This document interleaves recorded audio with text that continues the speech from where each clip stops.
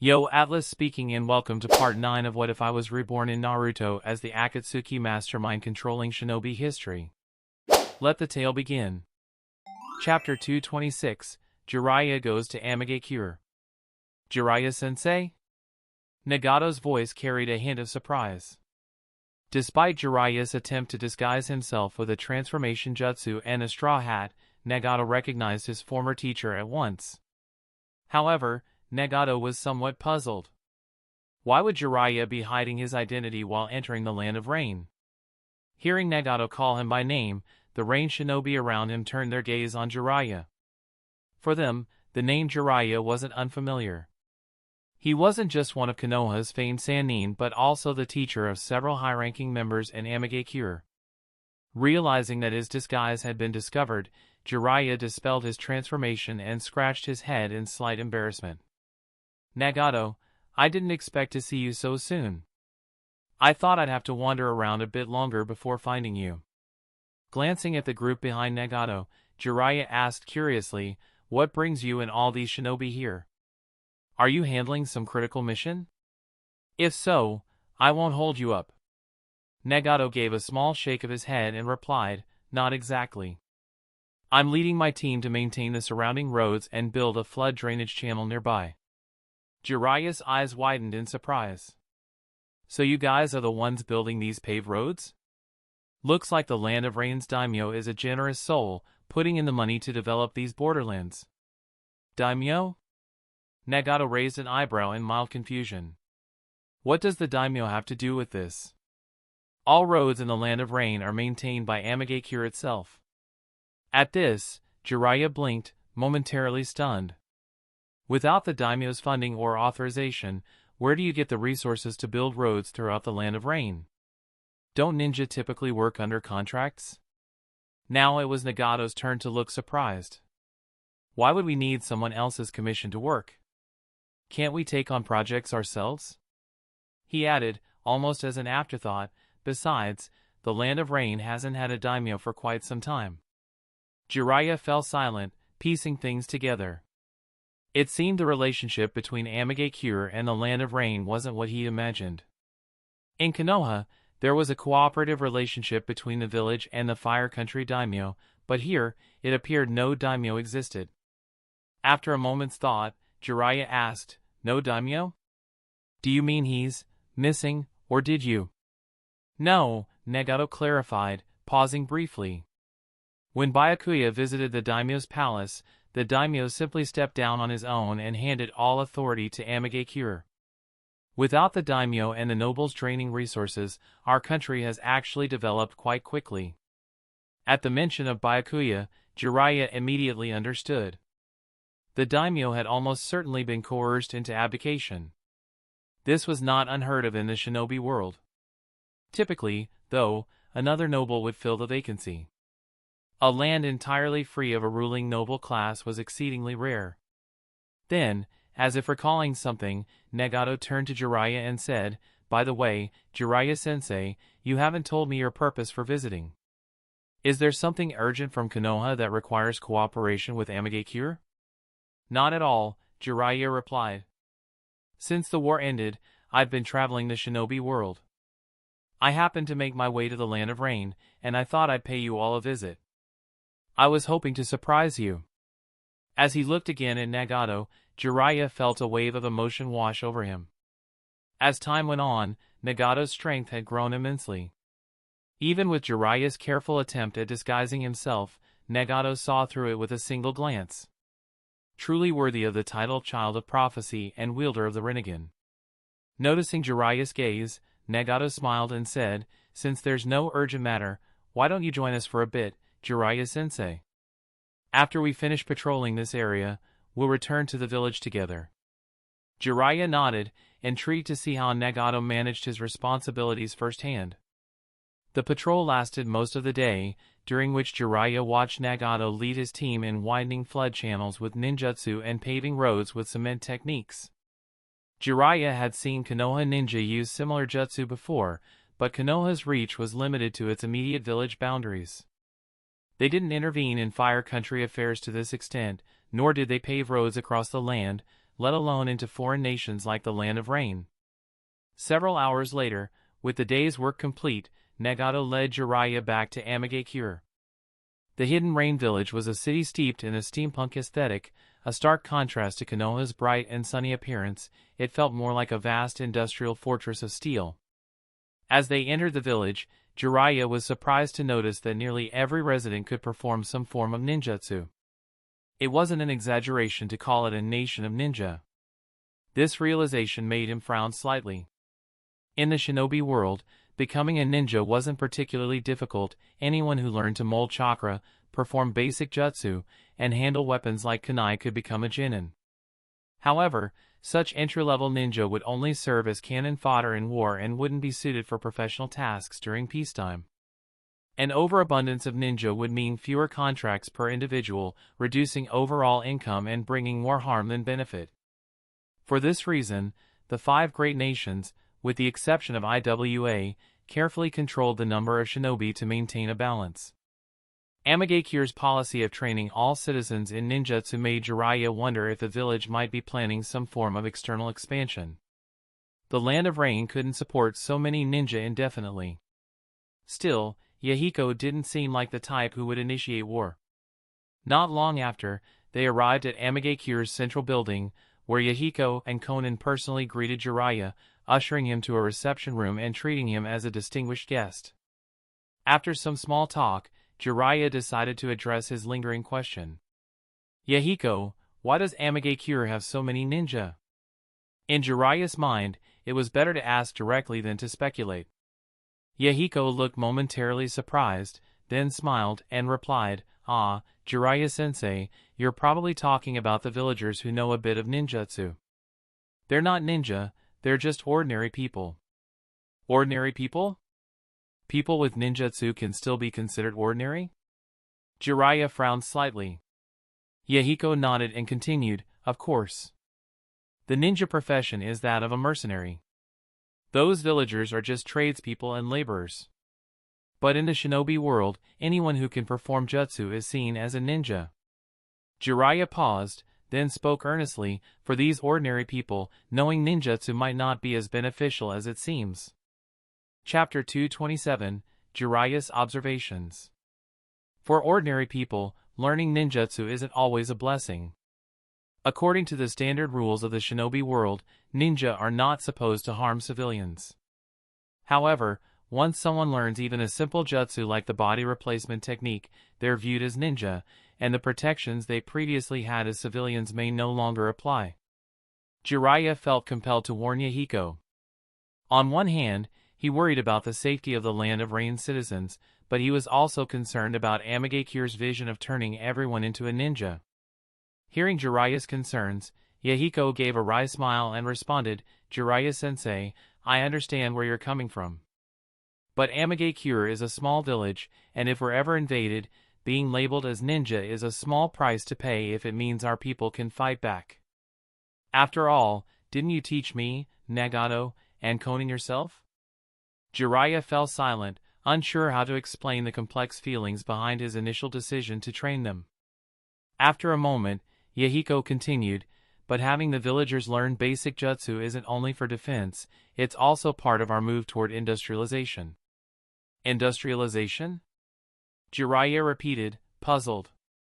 He'd never heard this term before. Noticing Jiraiya's confusion, Yahiko explained with a smile, it's chakra industrialization, an idea proposed by Byakuya. When Hanzo relinquished his position, Byakuya suggested we industrialize. He believes that using ninjutsu only for combat is wasteful. Besides fighting, jutsu can also be applied to infrastructure and heavy industry. Even learning 1 or 2 basic jutsu makes villagers far more efficient at their jobs, allowing them to produce more goods and materials.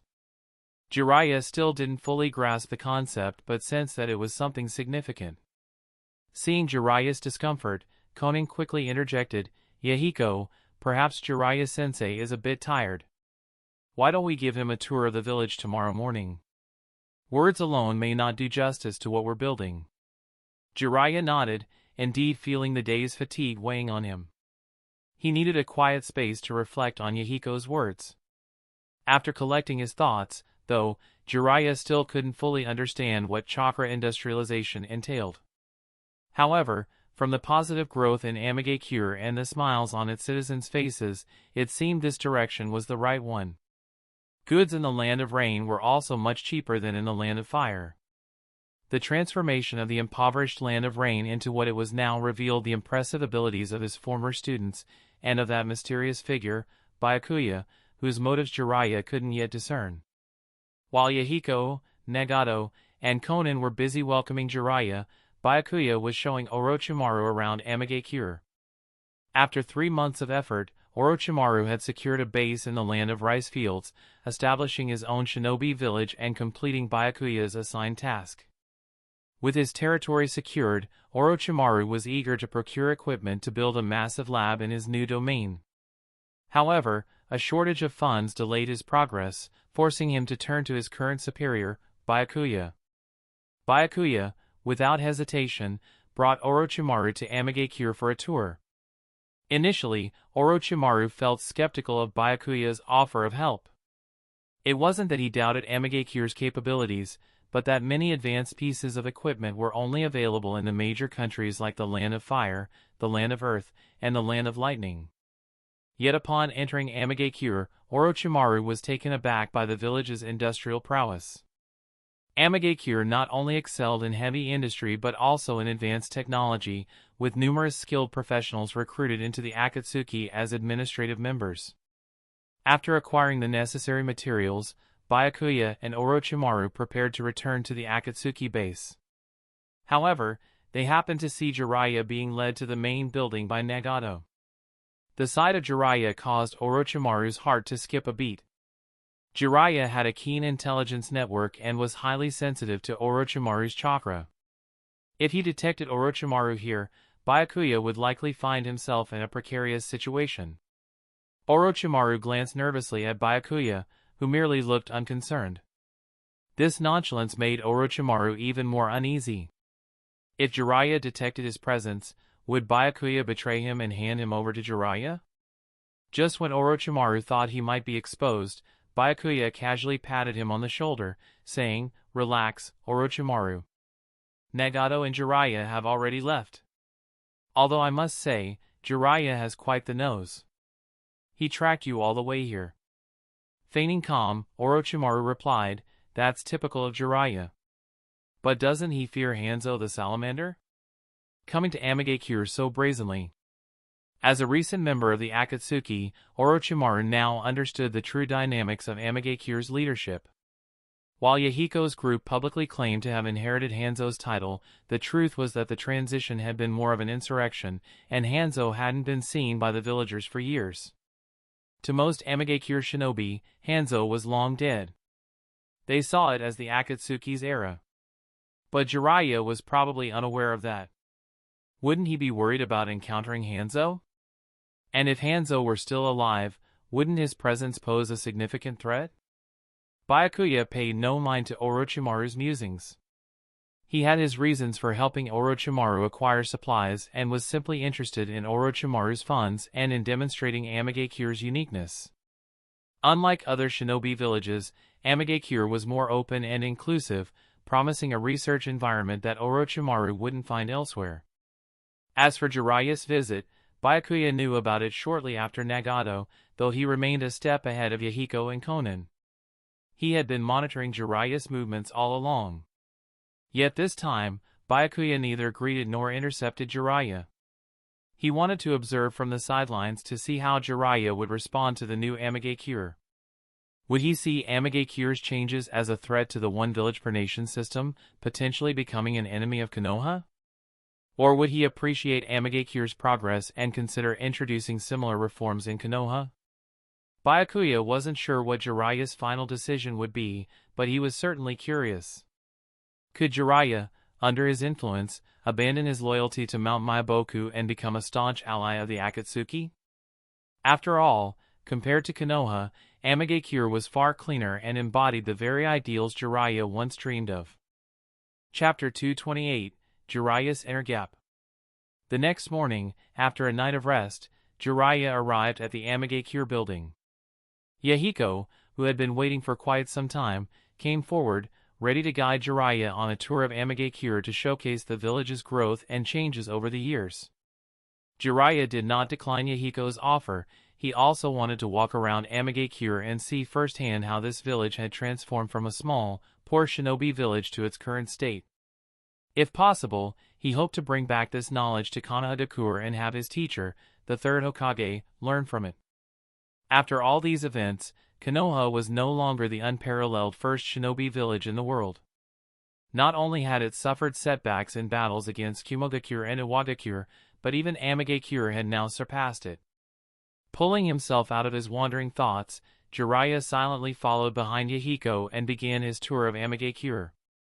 Yahiko took Jiraiya to their first stop, the Ninja Academy. Unlike Konoha's semi-open Ninja Academy, Amagakure's academy was a tall building with a cold exterior of steel and concrete. However, inside, it presented a completely different scene, looking like a hidden paradise. Inside the building, there were not only numerous green plants but even a small stadium. The arrival of Yahiko and his group immediately caught the attention of the academy's teachers and students. They quickly gathered around, calling out Leader Yahiko, to which Yahiko responded with a smile. Yahiko's calm and unhurried demeanor reminded Jiraiya of his own teacher, the third Hokage, filling him with mixed emotions. The once wandering orphans he had trained had now grown into a formidable leader of a shinobi village and had earned the love and respect of Amagakure's people. And here he was, their former teacher, who had made no significant progress over the years and seemed to be moving backward in life. After a moment of reflection, Jiraiya continued to follow Yahiko, visiting classrooms, the library, and finally arriving at the office of the academy's principal. Opening the door, Jiraiya saw a familiar figure, Konan. Though Konan was responsible for Amagakure's finances and logistics, she also held roles as the academy principal and the head of the village's welfare center. Jiraiya greeted Konan and immediately inquired about Amagakure's ninja academy. He was very curious about its history. Upon her teacher's request, Konan naturally obliged and began to recount the history of Amagakure's academy. Unlike Konoha, which had established its ninja academy early on, Amagakure's academy was founded quite late, almost right after the end of the Second Great Shinobi War, when Hanzo the Salamander decided to follow the example of the second Hokage and set up a ninja school. During Hanzo's rule, however, the academy was almost monopolized by a few powerful clans, making it incredibly difficult for ordinary people to enter. Even after 3 years of training, many could only serve as cannon fodder on the battlefield. Hearing this, Jiraiya nodded. This account of Hanzo's ninja academy fit his expectations of Amagakure, a small shinobi village that could only realistically support a few hundred ninjas at most. This number matched the ninja counts of the larger families. However, he was more curious about how Amagakure's academy had evolved from Hanzo's era of clan monopolies into its current state.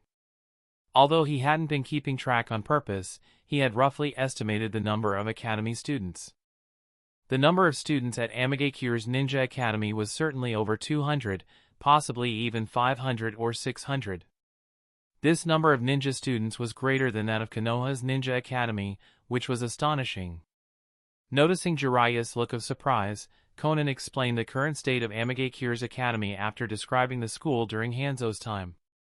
The current Amagakure academy, unlike those in other villages, no longer trained mercenary-type ninjas.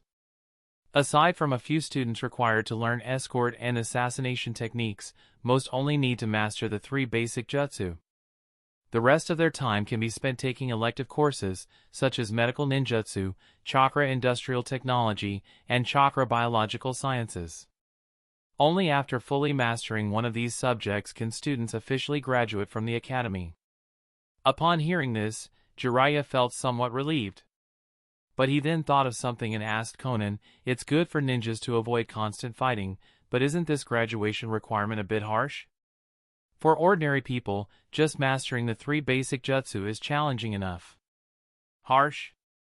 Konan shook her head and explained, "So far, no students have graduated, but unlike Konoha, our education system isn't 3 years, it's between 7 and 9 years. 7 to 9 years. Jiraiya was astonished. He had thought that when his old teacher extended Konoha's ninja academy to 6 years, it was already quite lengthy. He never imagined that Amagekyure's program would last 7 to 9 years. Back in his day, he graduated as a genin after less than 2 years of training. Minato's generation had stricter standards, but even then, graduation only took 3 years. Ninjas today are living in a much easier time. At this point, Yahiko stepped forward to explain. The 7 to 9 year program was initially proposed by Byakuya. I later discussed it with Brother Minato, and we both agreed that delaying the graduation age for ninjas was necessary. Ninja is a brutal profession. Exposing young students to the cruel shinobi world too early can lead them down a dark path. They need to be mature enough to make that final decision on their own. Pausing for a moment, Yahiko continued, however, Nagato and I are more inclined toward making ninjutsu more accessible to the general public than solely producing the next generation of ninjas. Many young people, although lacking the talent to become ninjas, can still learn a few basic techniques to improve their lives. Amagekyure's development over the past few years would have been impossible without their contributions. Yahiko smiled genuinely as he spoke, having witnessed firsthand the transformation of Amagekyure. Jiraiya was moved to silence, feeling a pang in his heart. It wasn't only because Yahiko had mentioned Minato, his most cherished student and the fourth Hokage, who had given his life to protect the village on the night of the Nine-Tails attack. It was also because the many reforms Minato had initiated as the fourth Hokage had all been discarded. Under Minato's leadership, Konoha's major departments had been divided, and even the police force saw civilians among its ranks for the first time. But after Minato's death, when the old man returned to the Hokage's office, everything reverted to the old ways. Jiraiya didn't mean that the old man's policies were entirely wrong. He had at least preserved the village through several wars, preventing it from fracturing. But comparisons are inevitable. With Yahiko and Amagekyure as reference points, the old man seemed ineffective, mired in trivialities. After barely finishing the skirmishes with Kumogakure, the old man showed no intentions of furthering the village's development, instead focusing on suppressing the Uchiha clan and allowing someone like Danzo, a disruptive meddler, to be active on Konoha's stage. If things continue this way, Konoha's future will be in grave danger. Chapter 229, Attack from Kusagakure. After touring the Ninja Academy, Jiraiya, led by Yahiko, continued visiting other areas of Amagekyure, covering nearly the entire village except for the Akatsuki base. Upon returning to the Amagekyure building, Jiraiya felt deeply conflicted. He was happy to see Yahiko, Nagato, and the others having developed Amagekyure so well, realizing his own former dreams. But Amagekyure was not Konoha, and in Jiraiya's heart, nothing could take the place of Konoha. Yet, Amagekyure's growth could eventually pose a threat to Konoha, unless Konoha also embraced sweeping reforms similar to Amagekyure's. However, reforms are never easy. Even if he were to run for 5th Hokage, his personality alone wouldn't be enough to overcome the village's opposition. Even his teacher, who had held the position of Hokage for decades, still had to compromise at critical times. At that moment, Jiraiya suddenly remembered something and asked Yahiko, "By the way, Yahiko, how has Lord Hanzo been? I didn't see him around the village." Lord Hanzo, Yahiko and Konan exchanged glances before Yahiko replied, "He retired a long time ago and hasn't been involved in village affairs for quite some time." "Is that so?" "I was hoping to meet him," Jiraiya said, his expression subtly shifting with a hint of suspicion in his eyes. Jiraiya wondered if Yahiko and Konan might be hiding something from him. Their rise to power couldn't have been as simple as they made it sound. If Hanzo, unaware of Yahiko and the others' connection to Jiraiya, initially nurtured them, he likely would have suspected their ties to Konoha after Yahiko's visit there. Once he knew this, it wouldn't make sense for Hanzo to hand over his leadership role and let Yahiko and the others take over Amagekyure. Unless Byakuya was the actual power in Amagekyure and Hanzo had chosen him as his true successor. But even though Jiraiya had been in Amagekyure for 2 days now, he still hadn't met Byakuya, which felt strange. Still, Byakuya had always been elusive, so perhaps he was off somewhere else. Clearing his mind, Jiraiya decided not to dwell on irrelevant details. Now, he only wanted to leave Amagakure and continue his journey across various nations. After spending one more night in Amagakure, Jiraiya bid farewell to Yahiko and the others and departed from the Land of Rain. Standing at the village gate, Yahiko sighed lightly as he watched Jiraiya's figure fade into the distance, his heart filled with mixed emotions. As a village leader, Yahiko had long developed a keen sense of reading people. He could sense the inner turmoil within Jiraiya, understanding that his former teacher's feelings were complex, perhaps because Yahiko had mentioned Minato, or perhaps for other reasons. Just then, a figure appeared beside Yahiko, looking off in the direction of Jiraiya's departure. He spoke softly, "So, Yahiko, how did things go with Jiraiya?" Yahiko turned to Byakuya, surprised. "Byakuya, where have you been? I hadn't seen you these past few days. I thought you had gone off on another mission." Byakuya shook his head and replied, "I didn't leave the village. I only stayed out of sight so as not to interrupt your reunion with your teacher. But you all certainly showed Jiraiya a lot of places. You've been so open with him, did you consider that Jiraiya might take this opportunity to gather intelligence on Amagakure and report back to the third Hokage?" "Jiraiya-sensei isn't like that," Yahiko started to explain, then gave Byakuya a curious look. "Byakuya, you didn't stop us from taking Jiraiya-sensei on a tour. Don't tell me you had some sort of scheme in mind?" Byakuya's expression shifted slightly, and he quickly denied it. "I wouldn't call it a scheme, exactly." After a pause, he added, "But I don't object to sharing our success with Jiraiya. If he wants to follow our example, then let him try. However, the Land of Fire is very different from the Land of Rain. I don't think Jiraiya will accomplish much." Hearing this, Yahiko fell into brief contemplation. Byakuya's blunt words hit on a hard truth. Jiraiya would struggle to make a real impact in Konoha, even with Yahiko and Nagato's experiences shared. The reforms in Amagakure had relied on a powerful precondition, military strength. Byakuya and Yahiko had risen to power by force, quelling any opposition and steering Amagakure's development. But Jiraiya would never attempt a coup, nor even had ambitions to become Hokage. If he did, he wouldn't be wandering the world aimlessly, seemingly at ease. Yahiko sighed and gazed into the distance, his view of his once respected teacher shifting. The once great figure of Jiraiya now seemed more ordinary. Though he preached the ideal of mutual understanding, Jiraiya rarely took concrete actions to achieve it. When Yahiko looked past the lens of his childhood admiration, he saw that his teacher was a mere human trying to survive in the cruel world of ninjas. After letting his thoughts settle, Yahiko turned to Byakuya and said, "I still believe in Jiraiya-sensei. He will one day stand beside us as a true ally." Byakuya nodded, "Then I look forward to that day."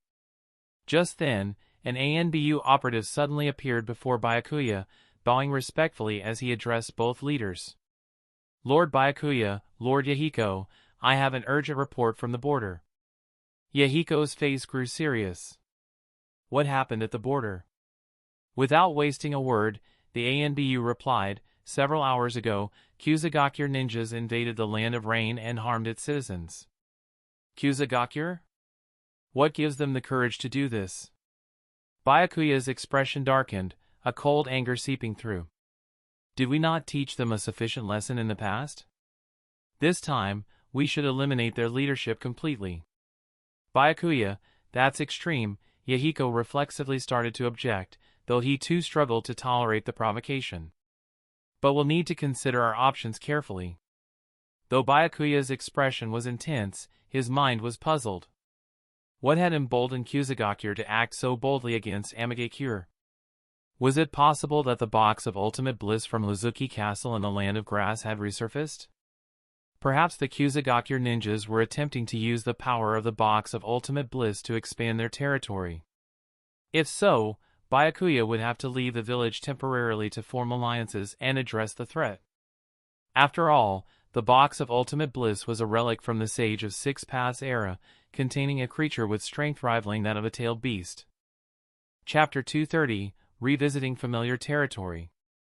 The Land of Grass bordered the Land of Rain, so it only took Byakuya a few hours to reach it.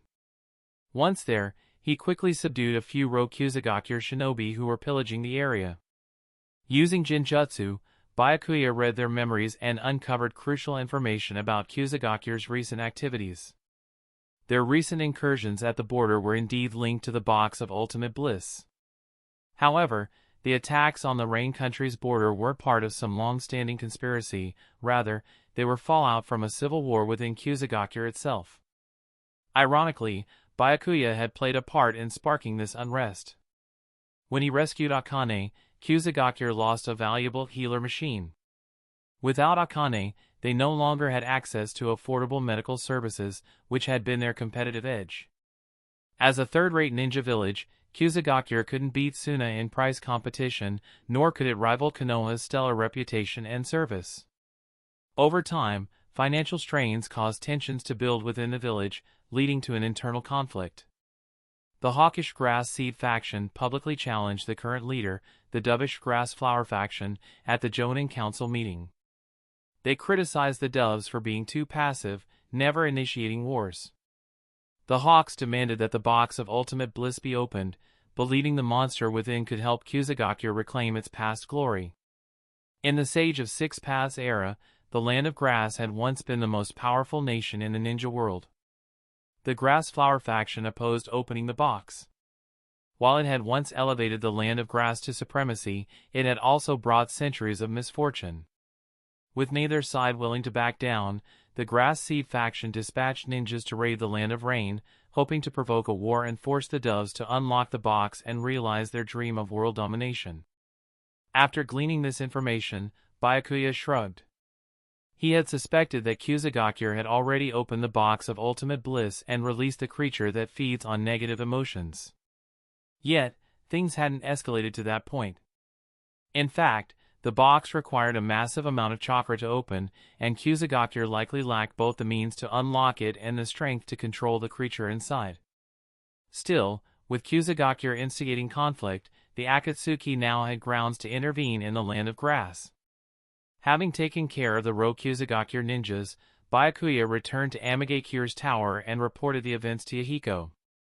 Yahiko frowned upon hearing that their neighbors were in turmoil. From a military perspective, Kyuzugaku, along with the other small villages nearby, couldn't hope to stand against Amagakure. Yahiko was confident that he could defeat Kyuzugaku within a month if it came to an all-out attack. However, if Kyuzugaku's internal conflict was spilling over into the Land of Rain and it was merely rogue factions causing trouble, Amagakure couldn't launch a full-scale retaliation. But leading these renegades unchecked would destabilize security and even disrupt the nation's import and export trade. As he considered the options, Yahiko instinctively looked to Byakuya. This situation could only be handled by someone like him. Many issues couldn't be addressed officially by Amagakure. So, instead, they required the shadowy touch of Byakuya and his Akatsuki organization. Recently, he'd even heard that Byakuya had recruited several more ruthless ninjas. Byakuya noticed Yahiko's gaze and knew his friend was once again planning to use him as the workhorse. But this time, Byakuya didn't plan to handle the mission personally. Instead, he proposed an alternative. Yahiko, I can take care of Kyuzugaku, but I think this task would be a great opportunity for Nagato. Nagato? Yahiko's eyebrows raised, surprised. Nagato probably has little interest in such matters. Besides, do you think he's ready to handle an entire shinobi village?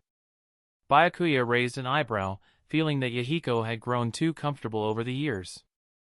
Perhaps he'd begun to underestimate Nagato's true potential. Though Nagato had spent recent years working on construction and infrastructure projects in the Land of Rain, he had not neglected his training or puppet making. His strength was among the highest in Akatsuki, even making it challenging for Byakuya himself to keep up. Reading Byakuya's expression, Yahiko quickly clarified, "It's not that I doubt Nagato's abilities. I've seen how much he's improved over the years. But handling an entire ninja village on his own, I'm worried he lacks the experience." Yahiko still remembered the Nagato from their youth, the quietest and most indecisive of their group. Even now, despite possessing the Rinnegan and being hailed by Jiraiya-sensei as the child of prophecy, Yahiko wasn't sure if Nagato had the confidence or assertiveness needed for a solo mission. After a moment's thought, Byakuya replied, "Nagato needs the chance to try. He's been responsible for many construction projects, leading teams successfully. But if he always remains sheltered in the background, he'll never realize his full potential." Byakuya meant every word. He genuinely wanted Nagato to grow into his own. Because his own unexpected arrival had altered the original trajectory of Akatsuki, he had also changed the destinies of Yahiko, Konan, and Nagato. In the original timeline, Nagato would have already been assembling forces to take on Hanzo the Salamander, and after defeating him, would consider himself a god of Amigakure, aiming for peace through the fearsome might of the tailed beasts. However, the Nagato of that timeline and the present Nagato both carried Yahiko's ideals, only with different approaches suited to different times. Even in the original timeline, Yahiko had always been the guiding force in Nagato's heart, whether advocating peace through dialogue or peace through strength. After a pause, Yahiko relented and agreed to let Nagato take on the mission. He, too, wanted Nagato to grow and step into his role as the true child of prophecy. When the ANBU summoned Nagato from his construction work, he looked at Yahiko and Byakuya in confusion. He'd been focused on building new housing for the villagers, so being called in urgently made him wonder if something significant had occurred. Without wasting words, they informed Nagato of the mission. Upon hearing Yahiko and Byakuya's request for him to go abroad on this mission, Nagato didn't protest. Instead, he fell into a thoughtful silence, sensing Yahiko's intention. After a moment of reflection, Nagato nodded and accepted the task of traveling to the Land of Grass to mediate its internal conflict. He knew it would be challenging, but he wanted to try. Even if he failed, he trusted Byakuya would have his back. With a few necessities packed, Byakuya and Nagato departed the village and headed toward the Land of Grass. Their pace was swift, and within a few hours, they arrived at the outskirts of Kusagakure. Chapter 231, The Box of Ultimate Bliss. Upon arriving at Kusagakure, Byakuya and Nagato used transformation jutsu to enter the village as merchants, blending in with ease. This wasn't their first time infiltrating Kusagakure, their last visit had been to rescue Karen. 5 or 6 years had passed since that last infiltration, yet Kusagakure remained largely unchanged. The only noticeable difference was a reduced flow of people due to internal unrest. Otherwise, everything seemed just as it had been. For the villagers of Kusagakure, the lack of change was a blessing. They had no desire to experience another great ninja war. Yet, the worsening internal strife had some villagers considering whether it might be time to leave Kusagakure. But to Nagato, Kusagakure's stagnation was disappointing. He still remembered his first arrival in Kusagakure, marveling at its bustling vitality. In just a few short years, Amigakure had outpaced it. Once inside, Byakuya and Nagato didn't head to the Kusagakure headquarters but instead sat down in a nearby izakaya. The izakaya was filled with all sorts. Drunken shinobi often let slip personal thoughts and minor pieces of intelligence, such as the ongoing struggle between the Hawk and Dove factions in the Land of Grass, or information about the mysterious Box of Ultimate Bliss. Hearing the term Box of Ultimate Bliss, Nagato paused.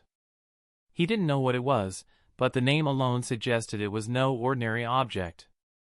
Apparently, the conflict between Kusagakure's Hawk and Dove factions was centered on control over this Box of Ultimate Bliss.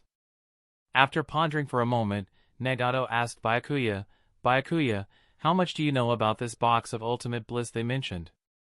Byakuya, who knew quite a bit, didn't withhold anything from Nagato. The Box of Ultimate Bliss was said to contain a demon and was rumored to grant wishes to anyone who could open it. Centuries ago, the Land of Grass had risen to become the strongest nation in the ninja world thanks to the box. Hearing this, Nagato clenched his fists, immediately realizing the significance of the box. If he and Byakuya intended to resolve the Land of Grass's current turmoil, they would need to focus on the Box of Ultimate Bliss. But he had no idea where it was located. Byakuya noticed Nagato's intent and said calmly, "Leave the Box of Ultimate Bliss to me. Your task is to communicate with Kuzugaku's leader, and if necessary, demonstrate absolute force. With that, Byakuya vanished, leaving Nagato alone. Nagato stood there briefly, then set about gathering information. He knew Byakuya hadn't truly left but was giving him an opportunity to hone his skills. After parting ways with Nagato, Byakuya headed directly toward Hozuki Castle. Hozuki Castle was an international prison semi-independent of Kuzugaku, serving as the stronghold for Kuzugaku's Hawk faction. It held high-profile criminals from various nations and was also where the box of ultimate bliss was kept. The reason was straightforward: the box of ultimate bliss was powerful, with a strength comparable to a tailed beast. However, to unlock the box, a vast amount of chakra was needed, and the prisoners condemned to spend their lives there made ideal sources. After all, with Kuzugaku's current strength, capturing a tailed beast was out of the question. A few kilometers from Hozuki Castle, Byakuya could already sense the dense chakra signatures within. Most of these sources were weak, though a few were notably stronger. In the depths below, Byakuya detected an unusual chakra presence. Though faint, this chakra reminded him of the ferocity of a tailed beast. It was likely the chakra of the box of ultimate bliss. Infiltrating Hozuki Castle through the ventilation system, Byakuya found his way into an underground laboratory. In the underground laboratory, there was a square metal box with faces of joy, anger, sorrow, and pleasure carved onto it. It was unmistakably the box of ultimate bliss. Surrounding the box was a group of ninjas trapped in a magical array, all emaciated and weak, channeling their chakra into the box. At that moment, Byakuya noticed a particular prisoner, a young boy who bore a slight resemblance to the Land of Grass's ninjas. The boy, Muku, turned toward a grass country jonin named Mui and asked, "Father, do you really think the box of ultimate bliss can grant wishes? If it can, then why has the village fallen into such decline?" Mui replied to Muku, "The box of ultimate bliss is unbeatable. As long as we manage to open it, Kuzugaku will be able to achieve revival. I'm willing to do anything for that." Hearing his father's words, Muku fell silent for a long time. He didn't fully understand why his father was so obsessed with the box, but he wanted to help him. If he could support his father's dreams, he would be glad to. As he pondered, voices began echoing in Muku's mind. His intuition told him that these voices came from the box of ultimate bliss, possibly from within, and that the entity inside, Mu, was proposing a deal to him.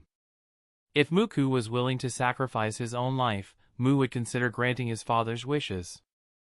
Byakuya, with his keen eyesight, noticed the subtle change in Muku's expression. He sighed, both moved by the bond between father and son and saddened by what he knew.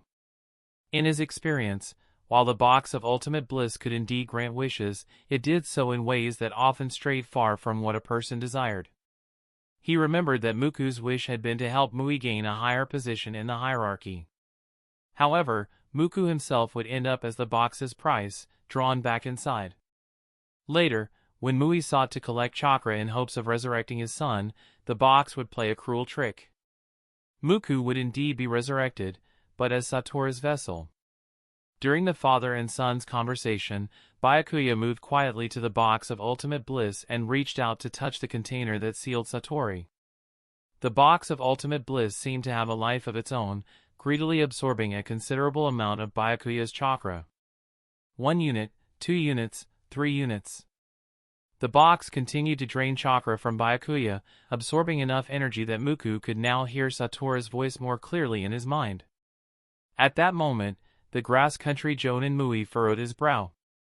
He glanced toward the box of ultimate bliss and then, with a wary expression, scanned his surroundings before saying, "Since you've already arrived, why not show yourself?" Byakuya decided not to conceal himself any longer. He stood in front of Mui and spoke calmly, "Mr. Mui, I've heard of your reputation. I came here to visit you, but isn't the box of ultimate bliss supposed to be under Hozuki Castle's protection?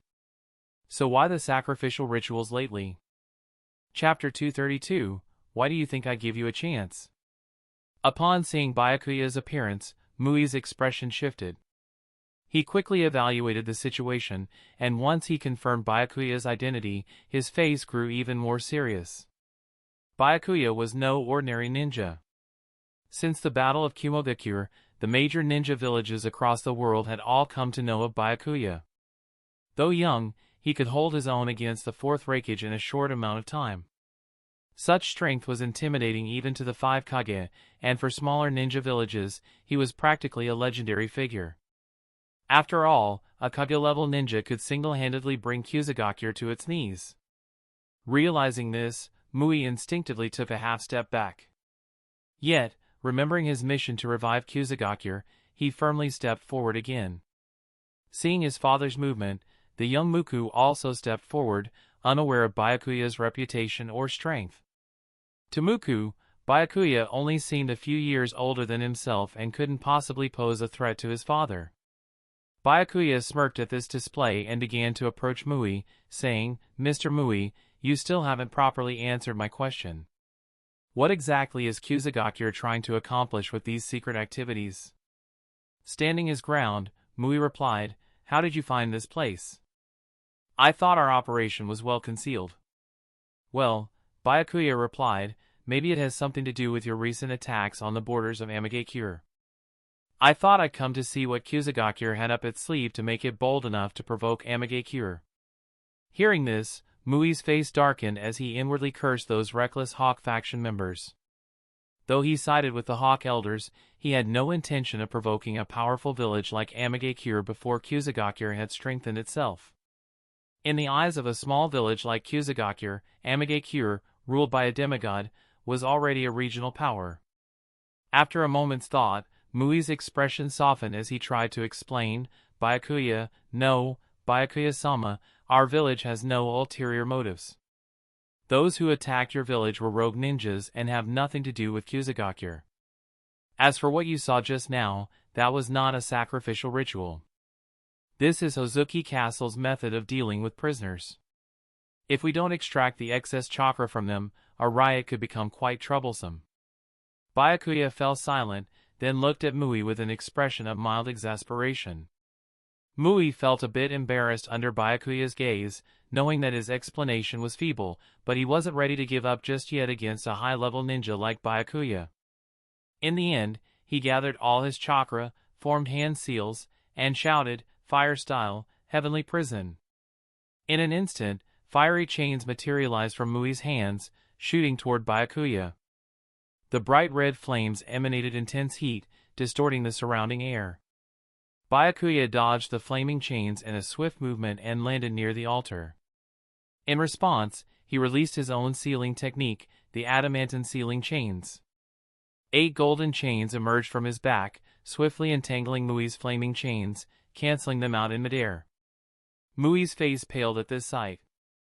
The fire release, Heavenly Prison technique was a secret of the Heavenly Prison clan and a powerful technique for subduing prisoners from various nations. Yet Byakuya had neutralized it with ease. Could the gap between himself and a Kage-level ninja really be this vast?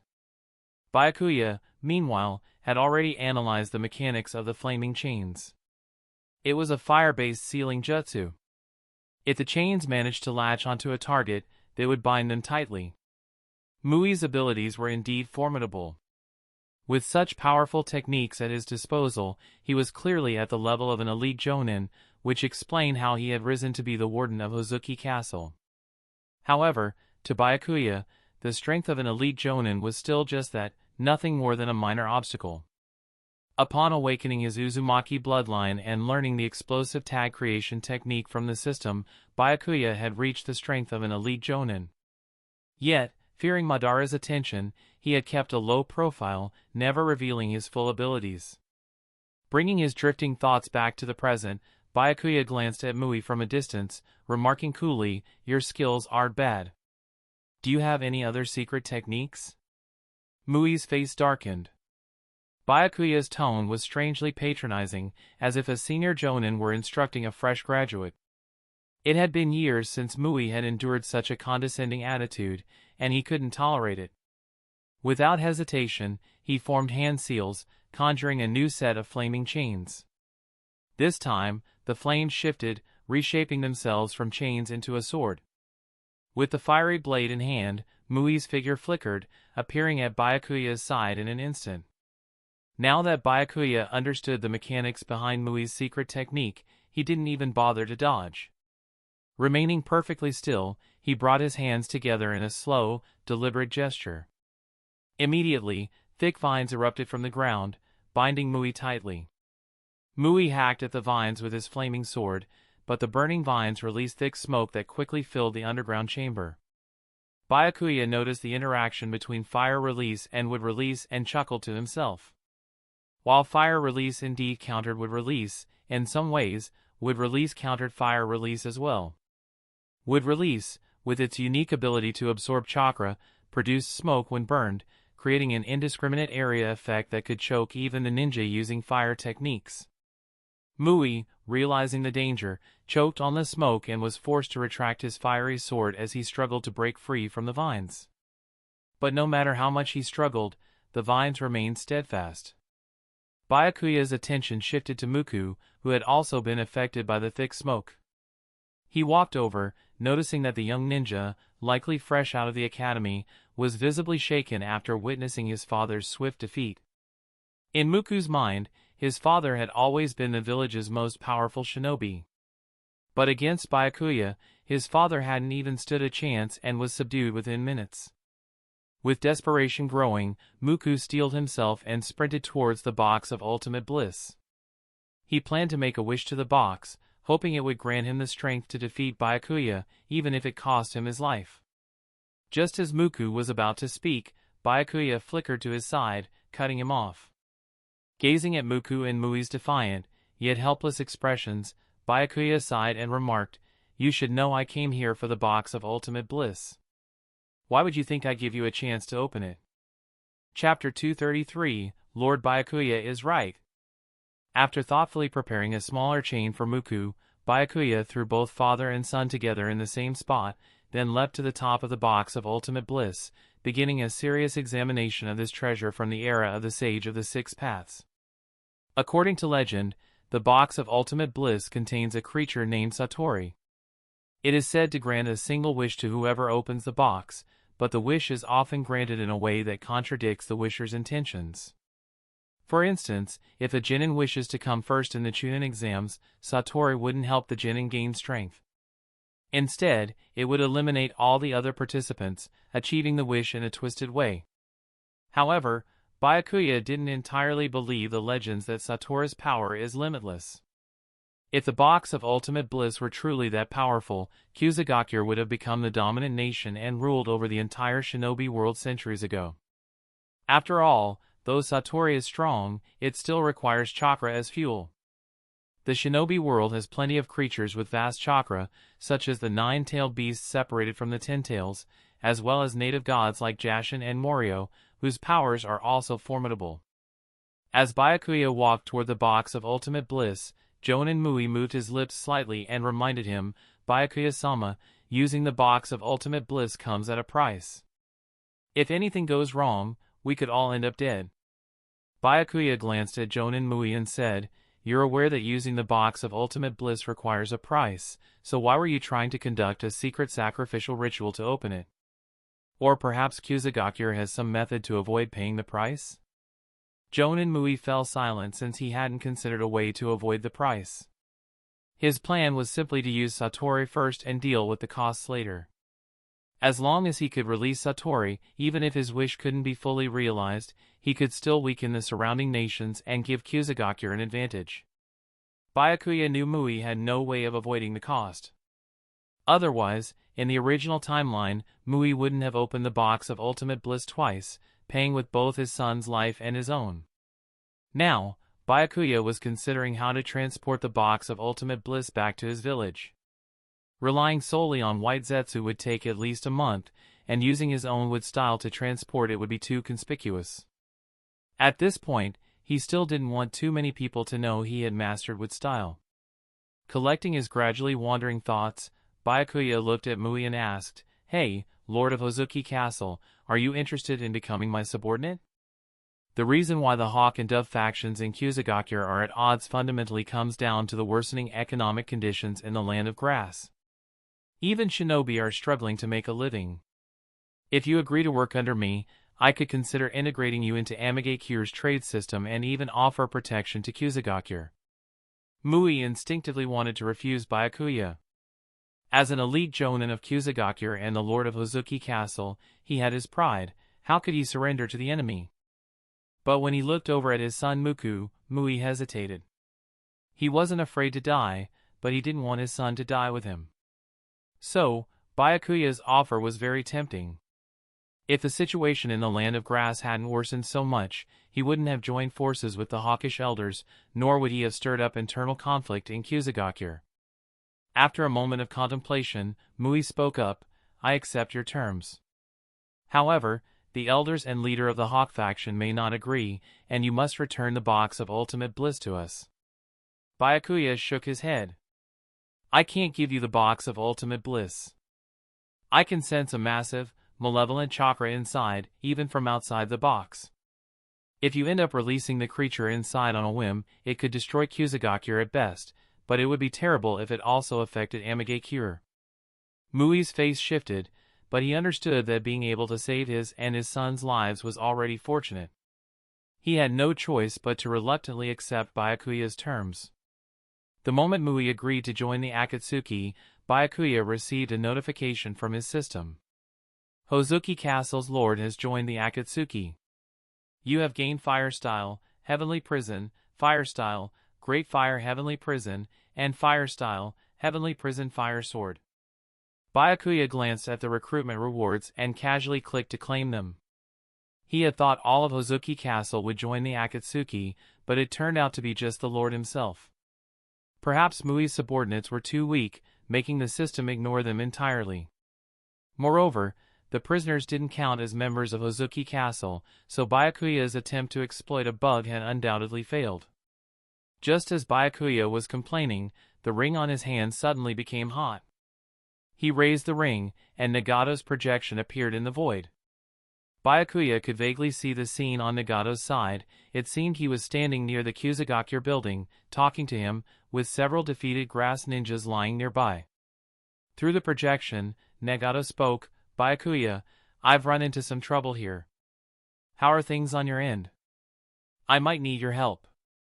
As soon as he finished speaking, another grass ninja appeared behind Nagato, forcing the projection to shut down. Seeing this, Byakuya's expression changed, and he began to worry about Nagato. Could Yahiko's prophecy really be coming true? Nagato couldn't possibly be losing to the ninjas of Kusagakure, could he? The Rinnegan could not be bested by a bunch of jonin. If that happened, both the Sage of the Six Paths and Uchiha Madara would rise from their graves in disbelief.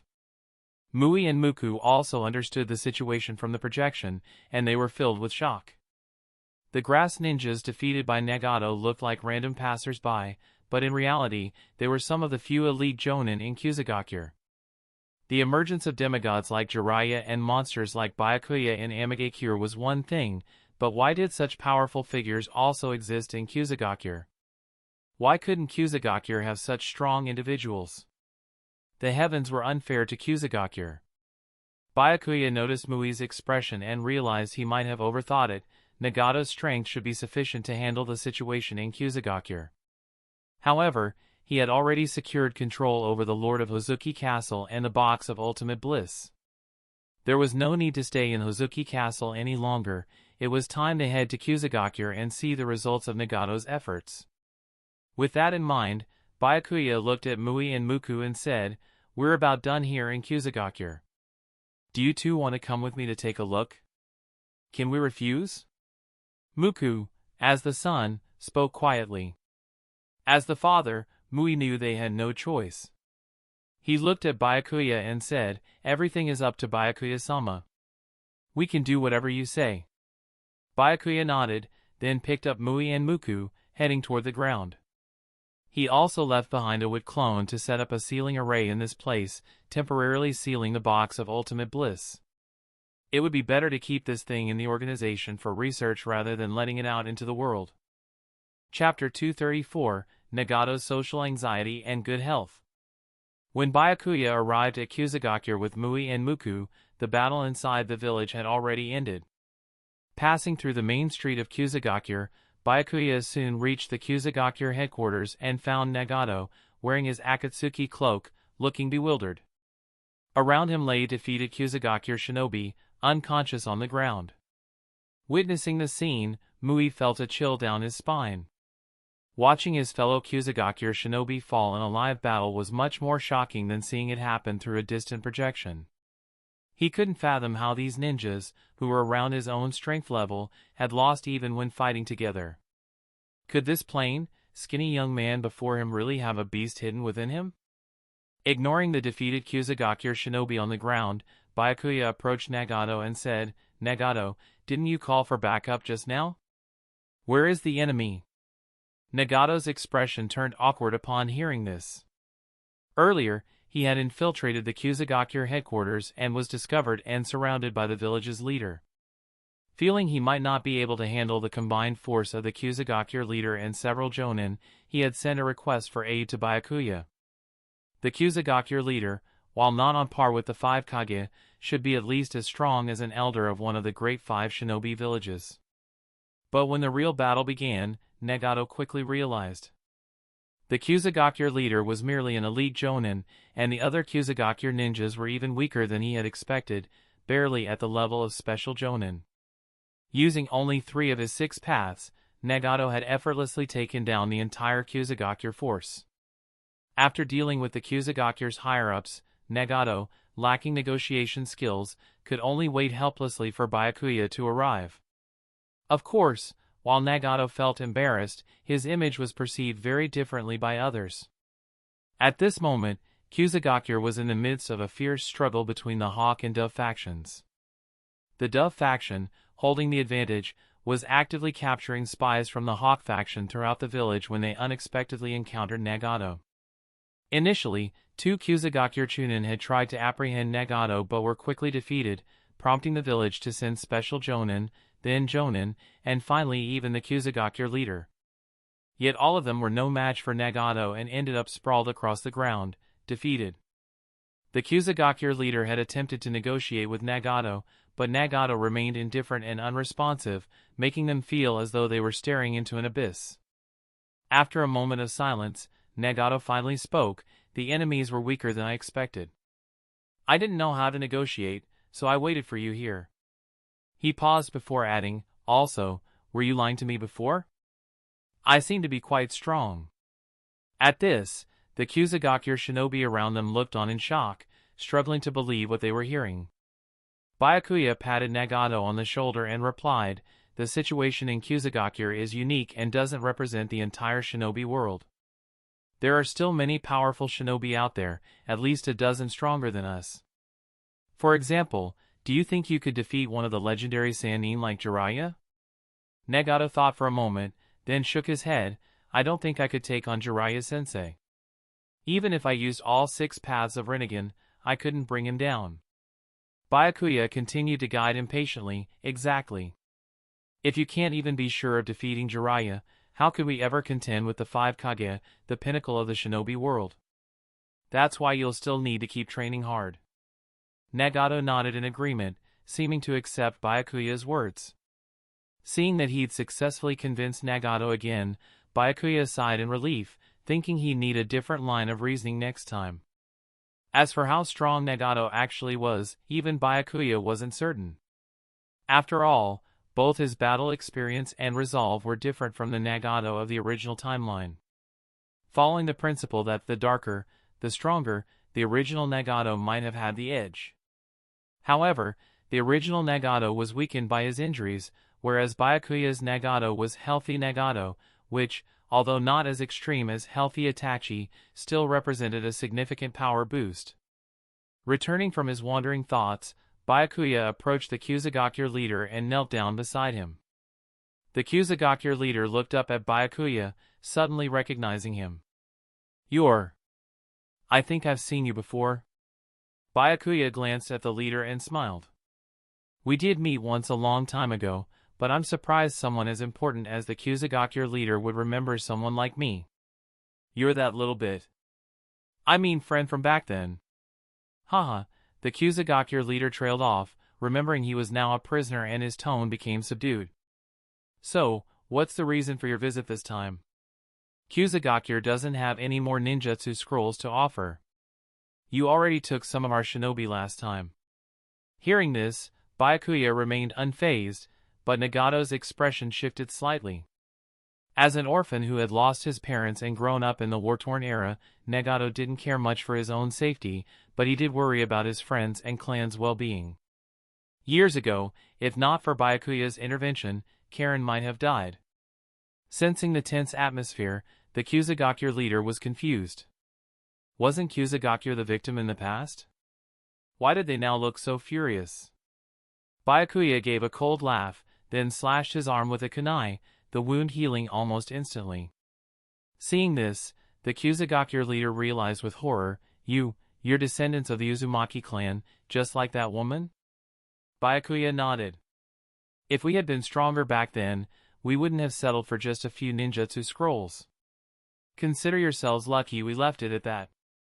The Kusagakure leader's voice trembled. So, this time you're here. Fearfully, the Kusagakure leader imagined what Byakuya and Nagato might do next.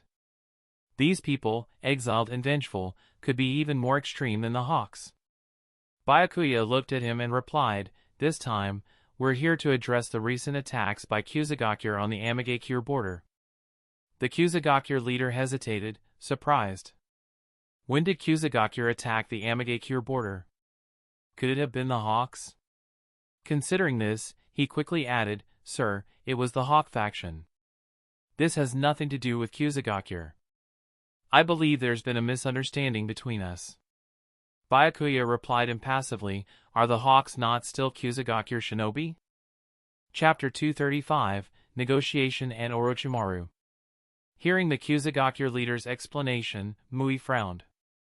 Kusagakure's Hawk and Dove factions only differed in their approaches. The Hawks wanted to take proactive action to improve the village's unfavorable trade situation and secure more missions, while the Doves preferred to maintain the status quo, believing stability would ultimately lead to improvement. In the end, both factions cared about Kusagakure, just with differing methods.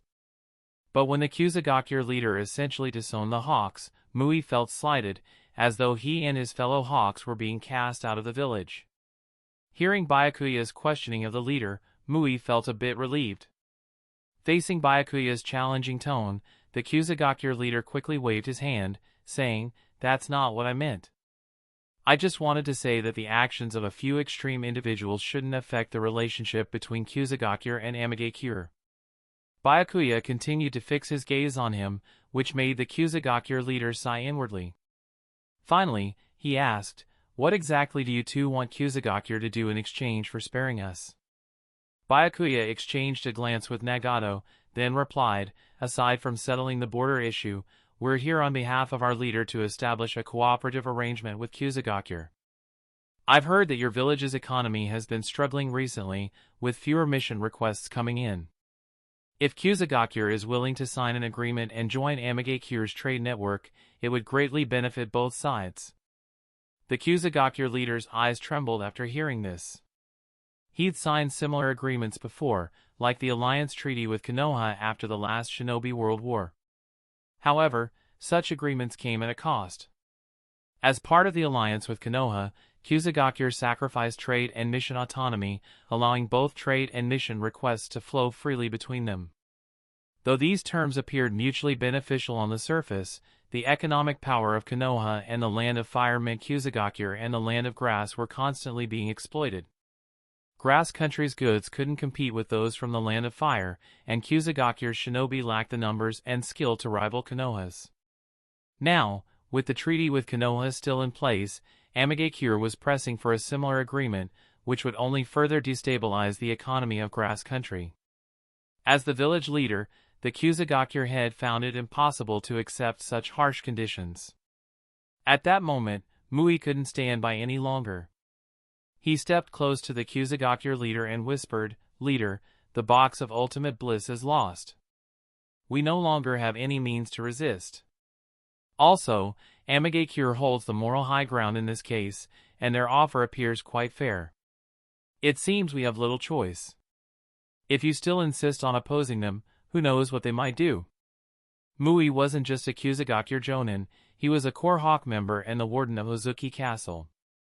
Hearing this from the semi-autonomous Hozuki Castle's warden, the Kusagakure leader realized he had no room to negotiate. Reluctantly, he approached Byakuya and said, "Kusagakure is willing to cooperate with Amigakure." Seeing the Kusagakure leader agree, Byakuya nodded approvingly and then whispered to Nagato, "Nagato, I'll leave the rest of the details to you. I'm not great with the finer points of negotiation, but I trust you'll handle it and keep them in line." Nagato felt slightly nervous, but Byakuya had already disappeared, leaving him no choice but to put on a cold, expressionless face as he took over the negotiations. This blank expression, however, proved highly effective. The Kusagakure leader and his companions were immediately intimidated by his inscrutable demeanor, feeling thoroughly subdued. Upon witnessing this scene from the shadows, Byakuya couldn't help but marvel at the unexpected advantages of Nagato's socially withdrawn nature.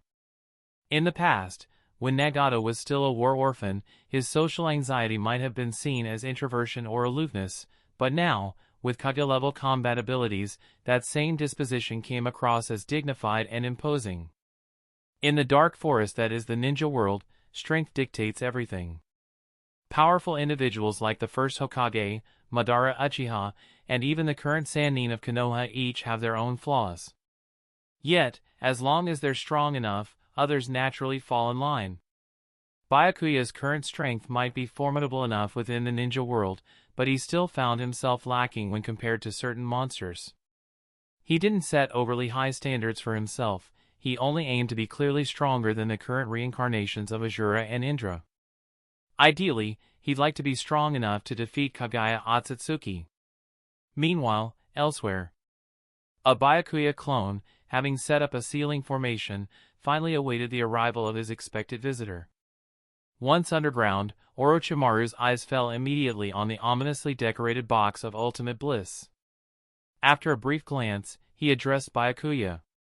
"Byakuya, you summoned me here just for the box of ultimate bliss?" Byakuya looked at Orochimaru and replied, "It sounds like you're already quite familiar with the box." "Not surprising, Orochimaru-senpai, with your vast knowledge, must have heard of such a legendary artifact long ago. But don't you have any interest in this treasure, said to grant any wish?" "It's hardly a treasure," Orochimaru paused, then continued, "I've studied the history of the Land of Grass. Every time the box of ultimate bliss was opened, it resulted in terrible destruction, and those who attempted to open it often met mysterious deaths. If it truly were a treasure, Kusagakure would never have been entrusted with it." Byakuya chuckled and replied, "I'd expect nothing less from you, Orochimaru-senpai, you know even more about the box than I do.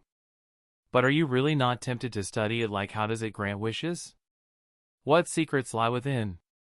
Besides, legend has it that the box was left behind by the Sage of Six Paths himself. Does that really not spark your curiosity?" Orochimaru's tongue flicked, and after a moment of silence, he replied, "Byakuya-san, your words have piqued my interest. But if I uncover anything through my research, does that mean you'll owe me a favor?" Orochimaru valued favors with Byakuya highly. The last time, after hearing from Byakuya about the compatibility between Wood Release and the Uchiha clan, Orochimaru immediately experimented by combining Uchiha blood with Hashirama's cells in a certain ratio. Surprisingly, the combination proved stable. This confirmed Byakuya's theory that Uchiha could indeed handle partial Hashirama cell transplants. If it weren't for his pact with Byakuya, and the fact that he was now a rogue shinobi, Orochimaru would have already captured a Sharingan-wielding Uchiha to see if he could create a perfect candidate for Wood Release. If he ever chose to perform his body-switching technique in the future, such a shinobi would be the ideal vessel. Moreover, a question lingered in Orochimaru's mind: why is it that, of all clans, the Uchiha, the rivals of the Senju, can adapt to Hashirama's cells, while even some Senju descendants lack that same compatibility? Chapter 236, Yahiko's Transformation. Could it be that, a long, long time ago, the Uchiha and Senju clans were actually one family? Orochimaru suddenly found this thought popping into his mind, but he quickly shook his head, trying to dismiss the absurd notion. The Uchiha and Senju clans being related seemed impossible. These two clans, who founded the village of Konoha, had been enemies since the distant Warring States era, with their hatred persisting over centuries. If they truly were one family, why would they have become two clans opposed to each other? At this moment, Orochimaru recalled something and turned to Byakuya beside him. Byakuya-sama, I still have some doubts about what release. Byakuya looked at Orochimaru with interest and said, What questions do you have? Go ahead. I am listening. Orochimaru didn't hold back, immediately asking, Last time, you mentioned that the Sharingan and Uchiha bloodline can neutralize the berserk nature of Hashirama's cells, because Yin release and Yang release need to maintain balance, but after several days of experimentation, I'm beginning to wonder if there's a deeper reason behind this. Orochimaru paused for a moment, then revealed his bold hypothesis. I have a wild guess. Could it be that the Senju and Uchiha clans share a common ancestor? Hearing this, Byakuya felt a bit surprised and looked at Orochimaru with a meaningful gaze. Orochimaru's research talent truly was terrifying. With just a small hint, he'd managed to speculate that the Uchiha and Senju might indeed have a common ancestor. Now, should he mislead Orochimaru, or affirm his guess?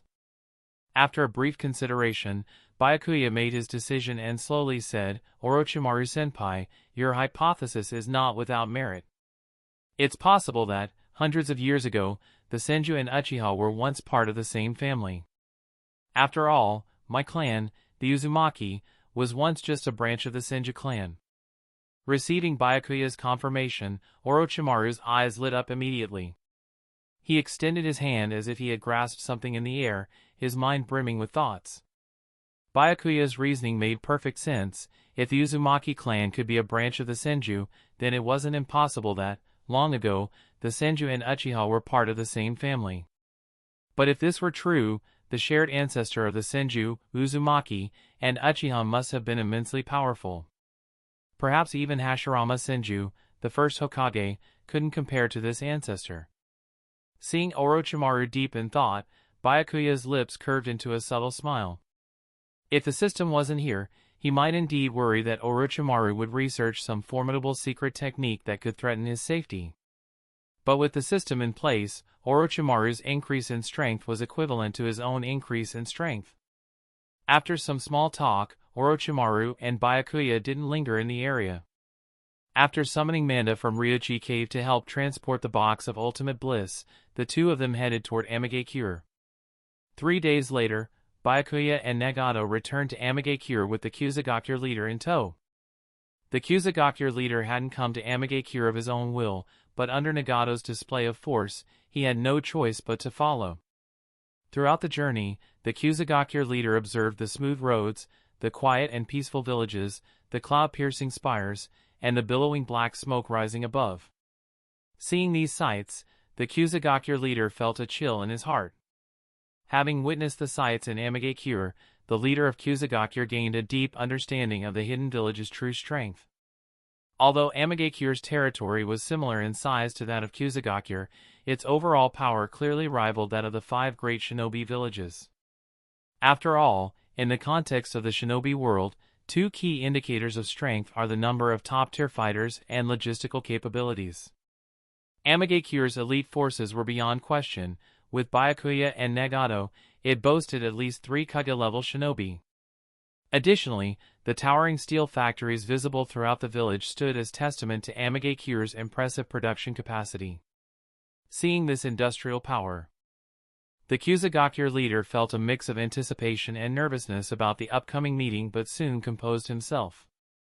For a small shinobi village like Kyuzugakure, survival had always been about navigating between the powers of larger nations. Originally squeezed between Iwagakure and Konohagakure, Kyuzugakure now simply had another force, Amigakure, to contend with. It didn't seem all that different. As for the so-called cooperative development that Nagato and Byakuya mentioned, the Kyuzugakure leader held no faith in it. In the brutal, competitive dark forest of the shinobi world, it was the law of the strongest. Small countries like Kusagakure didn't even have a seat at the table. At the village gates, Yahiko and Konan came out to greet Byakuya's group. Seeing the Kusagakure leader, Yahiko immediately stepped forward and took his hand, speaking with excitement. "Leader of Kusagakure, you've finally arrived. I've been looking forward to meeting you for a long time." The Kusagakure leader glanced at Yahiko, forcing a smile. "I've long admired you, Yahiko Dano. Meeting you today, you are even more capable than I'd imagined. With you here, Amagakure truly seems to be flourishing." "Oh, not at all. It's the result of everyone's efforts," Yahiko replied humbly. After a brief pause, he continued, "The journey from the land of grass must have been exhausting.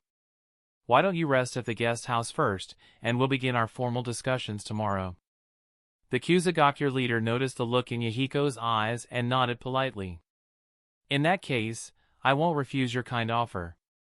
Once the Kusagakure leader had been escorted away by AIM Shinobi, Yahiko turned to Byakuya and Nagato with a slightly incredulous expression. "Byakuya, Nagato, you two really went above and beyond. You set out to deal with Kusagakure's rogue shinobi problem, and you ended up bringing back their leader. For efficiency's sake, of course." Byakuya chuckled and added, "And this time, I didn't go looking for trouble. It was Nagato who initiated the encounter with Kusagakure shinobi, and he even managed to capture their jonin." Nagato's face stiffened, and he explained awkwardly, "Yahiko, I didn't expect them to see through my disguise. To protect myself, I had to make sure they couldn't fight back." So Nagato had practically taken on half of Kusagakure single-handedly?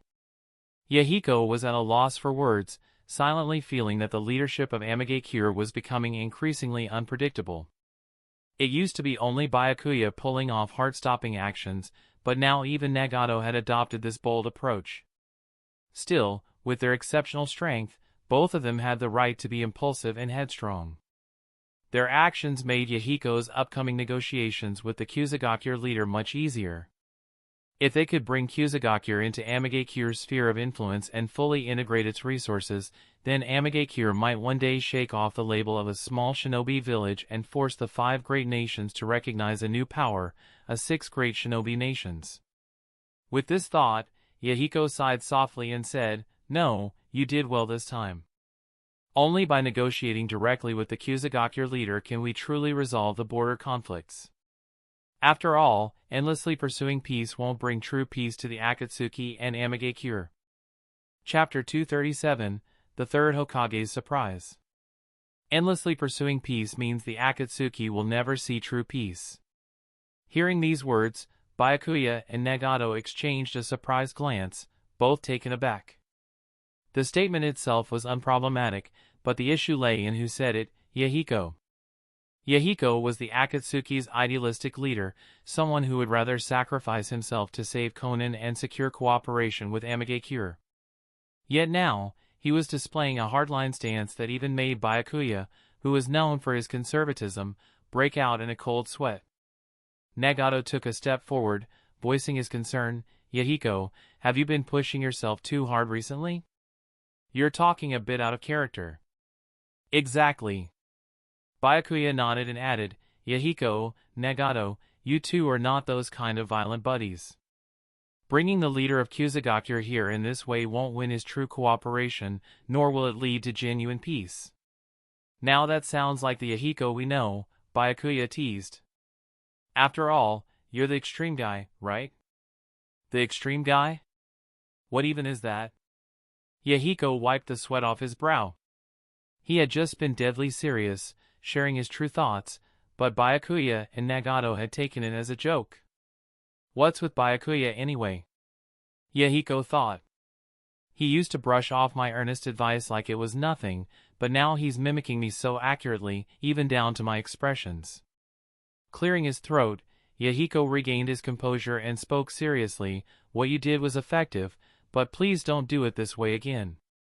If the plan had failed, we'd have made an enemy out of Kusagakure, undermining the Akatsuki's mission of unity and cooperation." "Now that's more like it," Byakuya and Nagato nodded, satisfied with Yahiko's tone. After all, Yahiko was supposed to be the dovish leader. If he started using the language of the Hawks, then what could the Hawks say? Would they have to argue that these drastic measures were too mild, too conservative? Seeing Byakuya and Nagato's reactions, Yahiko felt a slight twitch at the corner of his mouth. He had thought that, after years together, everyone had changed. But now it seemed they'd changed in some ways and yet, in others, remained exactly the same.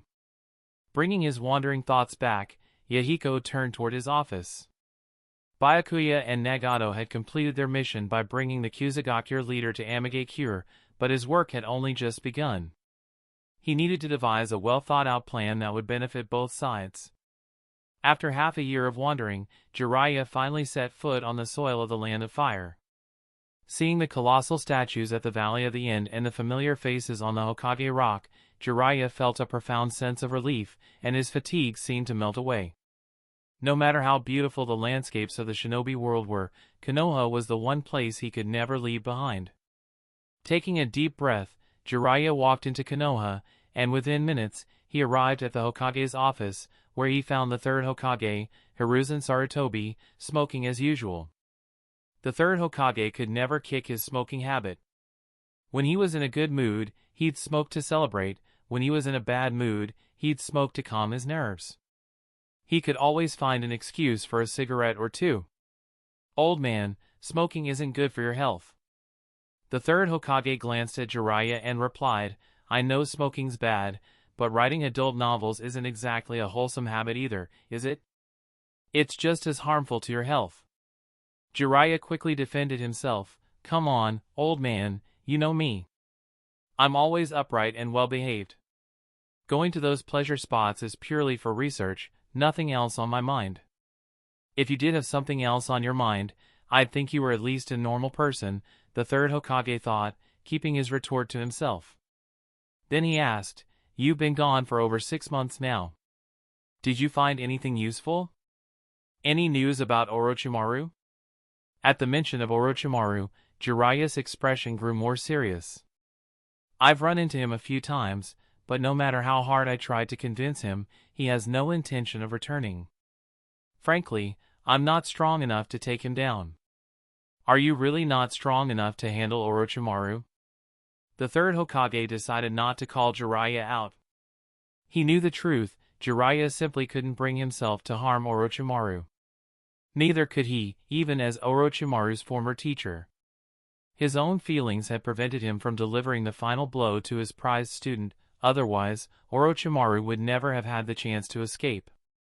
After a deep breath, the Hokage asked, "Besides news of Orochimaru, did you come across anything else of interest?" Jiraiya nodded and began to recount his experiences traveling through the different countries. Listening to Jiraiya's stories of his journey and encounters with shinobi from all over the world, the third Hokage's eyes showed a hint of envy. He, too, wished he could witness the splendor of the shinobi world firsthand. Unfortunately, he'd never had the luxury. Before becoming Hokage, he'd worked under Tobirama-sensei, enduring the brutal First Shinobi War. And ever since becoming Hokage, he hadn't been able to leave Konoha. His duties had kept him close to the village and its daimyo city, only venturing to the borders during the Second Shinobi War. In these turbulent times, he could hardly afford to leave the village. Perhaps this was why Jiraiya had always turned down the role of Hokage. He knew how it would restrict him. After sharing his thoughts on the situation in various lands, Jiraiya then spoke about his time in Amigakure. Unlike his journeys to other countries, Amigakure had a unique significance. Many of its high-ranking officials were Jiraiya's former students. This time, he'd even been invited to explore the inner workings of Amigakure, exchanging insights with its leaders. When he mentioned that Amigakure's ninja academy ran for 7 to 9 years, the third Hokage paused, surprised.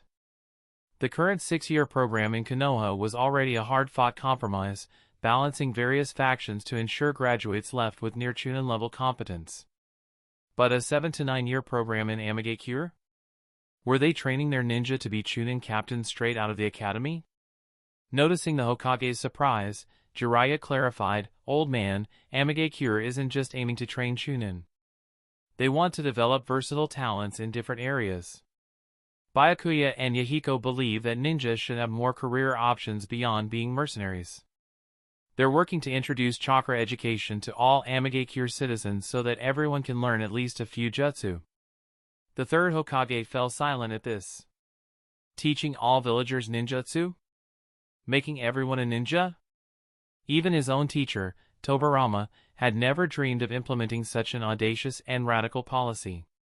Was Amagakure really bold enough to attempt something like this?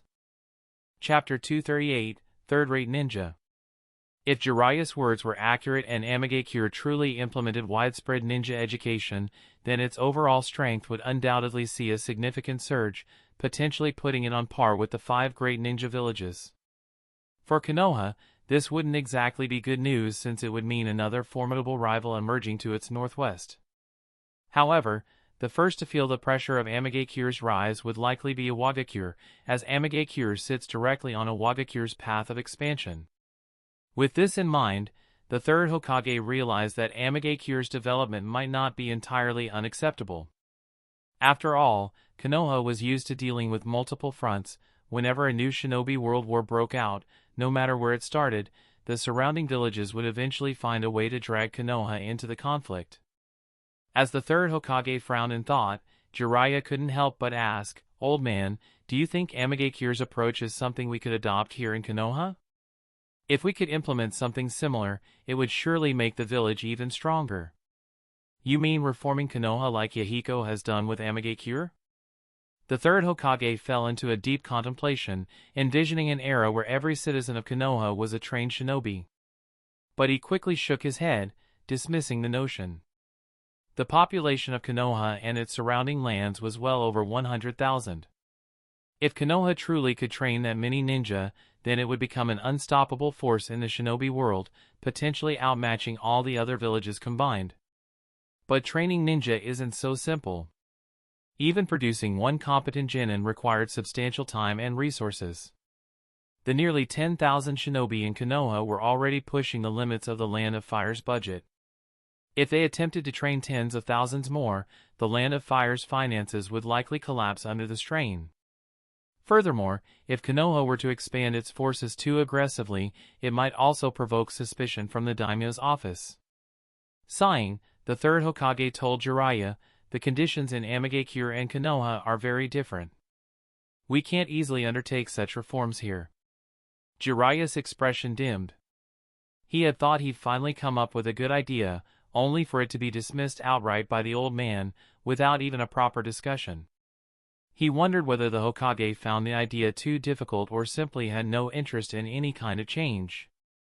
After all, could reforming Konoha truly be harder than what Yahiko and Byakuya had done, starting Amagakure's transformation from scratch? Just the fact that he hadn't encountered Hanzo at all during his visit was telling. Hanzo surely hadn't relinquished his authority willingly. Jiraiya's students must have secretly orchestrated a power shift. If he ever wanted to undertake similar reforms, would he also need to go down that path? Jiraiya looked at the portraits of the previous Hokages, then at the third Hokage himself, and dismissed this absurd notion. If he were to become Hokage someday, he would do it through legitimate means, not by underhanded tactics. Leaving thoughts of reform aside, Jiraiya remembered Minato's son, Naruto, and asked, "By the way, how's Naruto doing?" "Naruto?" The third Hokage thought for a moment and replied, "Naruto's a good kid. He's inherited Minato's sunny disposition. Last I heard, he was busy helping out around the village." Jiraiya nodded softly, reassured. He trusted the old man to take care of Naruto. Even without considering his status as the son of a hero, Naruto's role as a Jinchuriki was reason enough for the third Hokage to prioritize his well-being. After all, it was only by ensuring that a Jinchuriki felt loved and accepted that their village could fully harness the power they held. At this moment, Jiraiya suddenly had a thought and said, "Old man, do you think Naruto has the potential to become Hokage one day? He's bound to inherit Minato's talent, plus he's the Nine-Tails Jinchuriki." The third Hokage was slightly taken aback but then chuckled, "Maybe he could. But by the time he's grown, this old body of mine will probably be long gone." "Don't say that, old man. I think you've got at least another 20 years in you, Jiraiya replied with a grin. In 20 years, you'll be an old man too. Haven't you ever thought about taking over? The third Hokage asked with a teasing smile. I've got other things to do, so I'll be going now. As for picking the fifth Hokage, you keep thinking on it, but don't count on me, Jiraiya said casually, leaving the Hokage's office and disappearing into the streets. Watching Jiraiya's retreating figure, the third Hokage extinguished his pipe, sighing softly. His eyes reflected a sense of loss and complexity. It felt as though there was now a gulf between him and Jiraiya that couldn't be easily bridged. At the Root organization's base. Though the third Hokage had placed some restrictions on Root, it still wielded significant power within Konoha, as long as the village continued to require a covert force to handle its dirty work. Shortly after Jiraiya's return to the village, Danzo received a report detailing the time Jiraiya entered and left the Hokage's office, along with fragments of their conversation. Because the Hokage's office was well insulated, the spies from the ANBU division could only make out a few words here and there. But to Danzo, those fragments were more than enough to start piecing together the third Hokage's intentions. The report mentioned that Jiraiya and the third Hokage discussed both Amage-Cure and the Nine-Tails Jinchuriki. The Nine-Tails Jinchuriki was understandable. After all, he was Minato's son, and Jiraiya, as Minato's mentor, would naturally be concerned about him. But why would Jiraiya and the third Hokage talk about Amage-Cure? Amage-Cure was the village controlled by that kid, Byakuya. Could it be that during Jiraiya's recent journey, he encountered Byakuya's influence or was perhaps even mentally manipulated by him? However, Jiraiya's mental state appeared stable, showing no signs of control. This led Danzo to another possibility. Could it be that Jiraiya's so-called search for Orochimaru was a cover? Perhaps his real purpose was to seek Amage-Cure's support in his bid for the fifth Hokage position. Danzo's eyes narrowed, and his expression grew dark. Jiraiya was indeed a popular candidate for Hokage, but Amage-Cure's people were notorious for their underhanded tactics. There was a chance that Jiraiya might have adopted some of their methods. Danzo even began to imagine a potential reason for Jiraiya to launch a coup. Jiraiya had long expressed disdain for the advisory council members. If he ascended to the Hokage position through the normal process, he'd have to contend with the council's influence. Only by staging a coup and purging the current leadership could he freely wield the power of the Hokage and then plunge Konoha into an irreversible abyss. Yes, Danzo firmly believed Jiraiya lacked the qualities to be Hokage. To him, the Hokage needed to be a decisive figure, someone with a ruthless streak who didn't hesitate when making tough decisions. Jiraiya, in contrast, was too indecisive, a third-rate ninja who placed his hopes in others rather than taking charge himself. Chapter 239, A Different Perspective. After leaving the Hokage Tower, Jiraiya strolled aimlessly down the street by himself. Besides wanting to find a nice bathhouse to unwind after months of traveling, he also wanted to check in on Naruto, see how he was doing, and if there was any way he could help him out. Although the old man, the third Hokage, was surely doing his best to look after Naruto, he was a busy man with little time to spend with him personally. Not long into his walk, Jiraiya spotted Naruto. The boy was helping an elderly woman cross the street, guiding her to the other side. Afterward, Naruto wiped the sweat from his brow and flashed a bright smile. Jiraiya stopped in his tracks, feeling his vision blur as he was struck by the sight. For a moment, he could see a young Minato, who was just as kind-hearted and eager to help anyone in need. Naruto and Minato's images seemed to overlap, merging into one.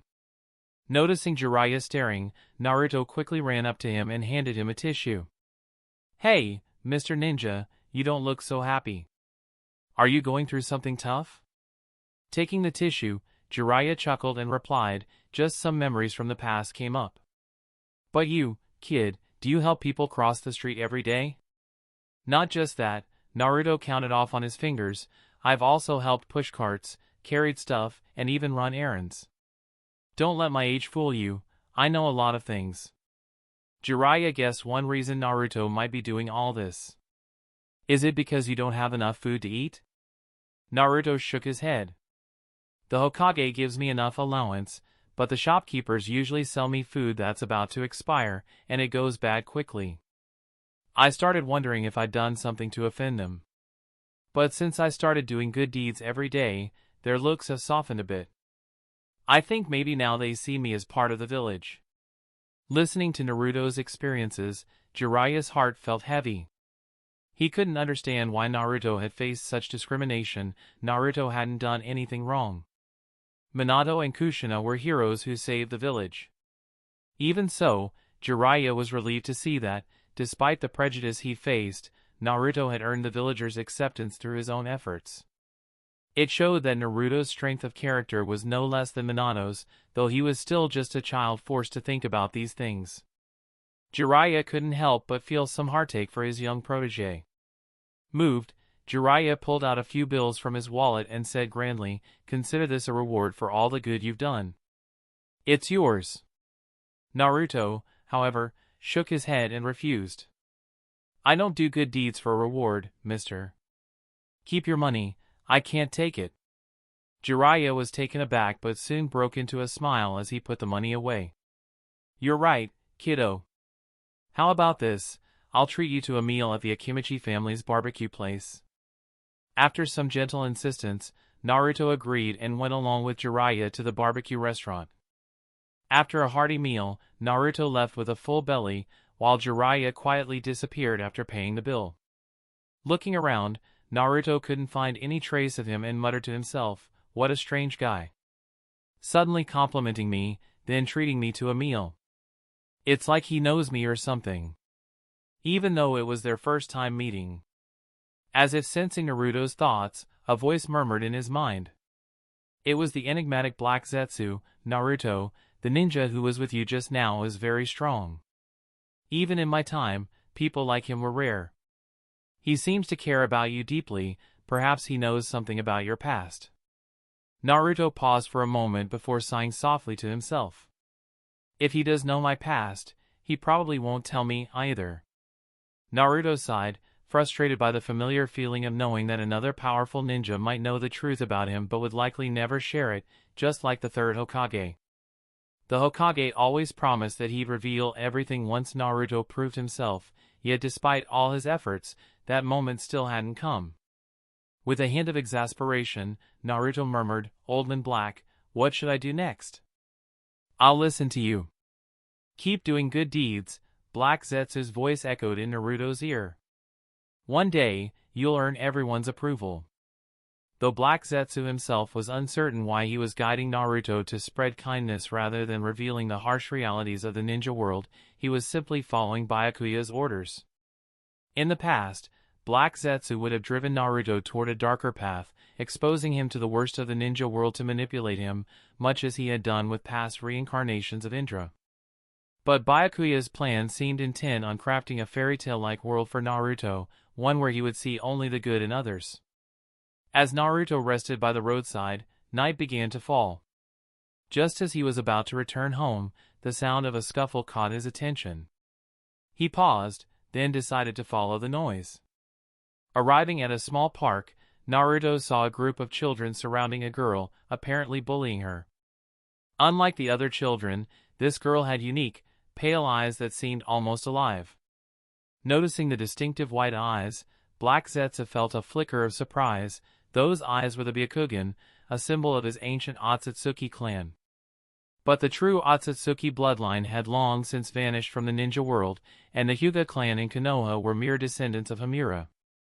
Still, he thought, the descendants of Hamura had fallen rather low to let themselves be cornered by ordinary humans.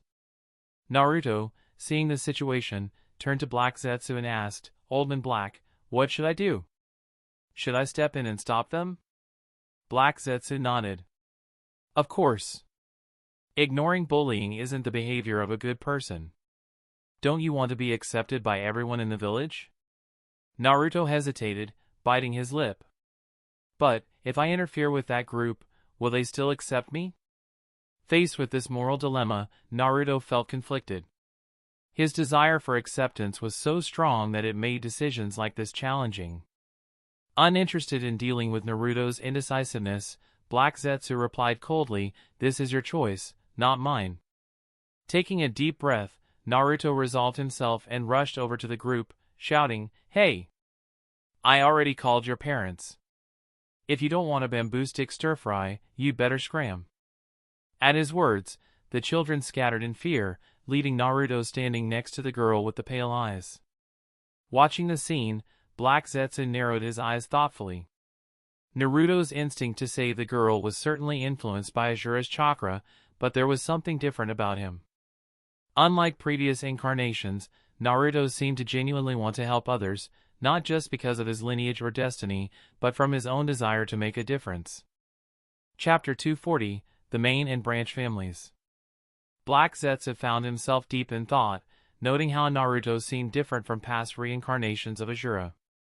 In his experience, Asura's reincarnations were always raised within communities, surrounded by friends and supporters, nurturing their belief in the power of camaraderie. But Naruto, like Indra's reincarnations, was isolated and alone. Could it be that Naruto was actually Indra's reincarnation? Yet his bright, optimistic nature was undeniably Asura's. As Black Zetsu's gaze shifted to the girl with white eyes, so pure and unmarred, he couldn't help but feel a flicker of recognition and curiosity. Meanwhile, on Naruto's end, after rescuing the white-eyed girl from a gang of unruly kids, Naruto was about to leave. But he was caught by the girl's wide, grateful gaze, her eyes full of both admiration and innocence. Faced with her gaze, Naruto couldn't help but pause, then extended his hand with a friendly smile. "I'm Naruto Uzumaki. What's your name, and where's your home?" The shy girl responded in a soft voice, "Hinata. Hinata Hyuga. Thank you so much for helping me. I don't know what I would have done without you." Scratching his head, Naruto felt a bit embarrassed. "Oh, it was nothing. I just pretended to know their parents. I actually don't know any of them." Hinata, twiddling her fingers nervously, quietly added, I'm actually a little lost. Could you help me find my way back home?" "Lost?" Naruto blinked in surprise, then quickly nodded. "I know where the Hyuga compound is. I've seen the signs. It's no big deal, I'll take you there." With a small, grateful smile, Hinata replied, "Thank you, Naruto-kun." In a matter of moments, Naruto gently took Hinata's hand and led her toward the Hyuga compound. Soon, they arrived at the edge of the Hyuga grounds, where several Hyuga guards with forehead protectors waited. Naruto handed Hinata over to the guards and turned away without looking back, setting off for home. After they left, Black Zetsu suddenly realized why something had felt odd. Hinata's eyes were unusually pure, even by Hyuga standards, approaching the level of a true Akatsuki. If he didn't know that his mother was still sealed on the moon, he might have suspected that she had somehow reincarnated. It had been many years since he'd seen Byakuya of such high purity. Shaking off his wandering thoughts, Black Zetsu turned his attention back to Naruto, teasing him lightly, "You just did another good deed. How does that make you feel?" Naruto grinned, rubbing the back of his head as he thought back to his interaction with Hinata. "Not bad. I didn't think there were people in the village who admired me. Hinata might just be a kid, but I believe that someday the others will accept me too." Though Black Zetsu still didn't believe in Naruto's dreams, he gave an encouraging response. "Well, I support your decision, for now." The more Naruto idealized the people of Konoha, the greater the shock he would face when those ideals inevitably shattered. When that moment came, Black Zetsu knew Naruto would be more likely to accept him as a mentor and ally. For now, though, he only needed to offer Naruto steady support. Hearing Black Zetsu's words, Naruto nodded softly and continued on his way home. He had experienced so much that day, it was finally time to rest. After all, he would need a good night's sleep to be ready for the academy entrance ceremony in a few days. In Naruto's mind, the first step of his plan was clear: win over the villagers by doing good deeds and changing their opinion of him. The second step was to enroll in the Ninja Academy, where he would train to become a skilled ninja, and eventually rise to the ranks of Jonin and even Hokage. Naruto didn't fully understand what it meant to be Hokage, but he knew that the most respected person in the village was the Hokage, and he wanted to become that person someday. After Hinata was escorted back to the Hyuga main house, 2 branch family guards kneeled in the main hall, reporting to Hayashi Hyuga, the head of the clan. "Lord Hayashi, Lady Hinata has returned safely." Hearing this, Hayashi's expression softened slightly. He turned his gaze toward his daughter, who stood there trembling, and sighed quietly. Today had been an important day for the Hyuga clan. It was their annual ancestral ceremony, a day to honor their forebears and hold the caged bird ceremony. The caged bird ceremony was a unique tradition of the Hyuga clan, designed to protect the clan's Byakugan from falling into enemy hands. Once the main family heir began formal training, all branch family members of the same age were required to have the caged bird seal applied to them. Today, as the caged bird ceremony was about to take place, Hinata, the main family's heir, had suddenly gone missing. Hinata's sudden disappearance had set off alarm bells throughout the Hyuga clan. Unlike members of the branch family, who were protected by the caged bird seal, main family members like Hinata were vulnerable to having their Byakugan forcibly removed and transplanted. Should a rival village acquire a Byakugan, they could potentially develop techniques to counter it. The Byakugan had undeniable strategic value in warfare. Its 360-degree field of vision and multi-kilometer range made it indispensable in battlefield reconnaissance. While other ninja villages had some techniques with similar functions, they were generally restricted to a select few elite jonin and required strict conditions for use. Upon realizing Hinata was missing, Hayashi and the main family elders had scolded every branch family guard present, even suspecting that a branch family member might have plotted against the main family's heir.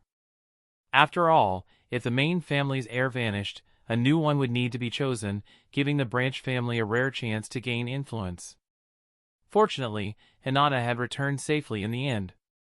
After a moment's thought, Hayashi questioned his daughter about what had happened. When he learned that she'd simply wandered off out of boredom, he scolded her sternly. His frown deepened when she mentioned being bullied by a group of children. Hinata had not yet entered the academy, but Hayashi had already taught her the basics of chakra refinement and some gentle fist techniques. While she might not be able to handle adults, she should have been more than capable of dealing with children her own age. In Hayashi's eyes, Hinata's troubles were partly her own fault. Her timid personality and lack of courage even in the face of bullies were worrisome. A gentle nature might be fine for an ordinary girl, but as the future head of the Hyuga clan and an aspiring ninja, Hinata would need a much stronger spirit. Finally, when Hayashi heard Hinata mention a blonde-haired boy, he fell silent in thought. He was familiar with the rumors surrounding the fox demon boy in the village. He knew that the boy, with his blonde hair and Uzumaki surname, was the Nine-Tails Jinchuriki and the son of the 4th Hokage and his wife. If Hinata were to grow close to the Nine-Tails Jinchuriki, perhaps it would ease concerns about the future of the clan's leadership.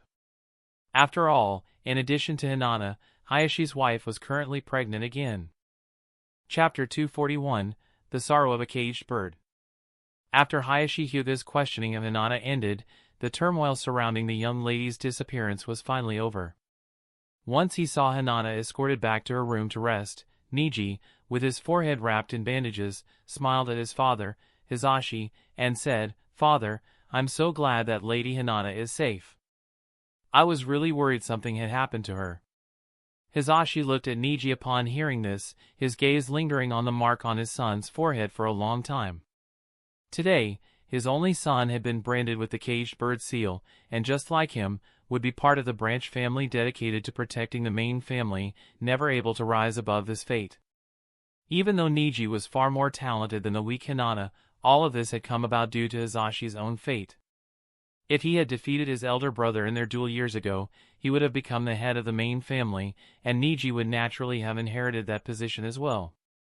But is the caged bird system still even necessary? In the distant Warring States period, the caged bird seals served to protect the secrets of the Byakugan from leaking outside. However, as times changed, the Hyuga clan had come under Konoha's protection, and various ways had emerged to bypass the caged bird seal and steal the Byakugan. While the caged bird seal can indeed control the lives and deaths of the branch family, if a branch member were to let their guard down outside, it's only a matter of time before the Byakugan leaks out.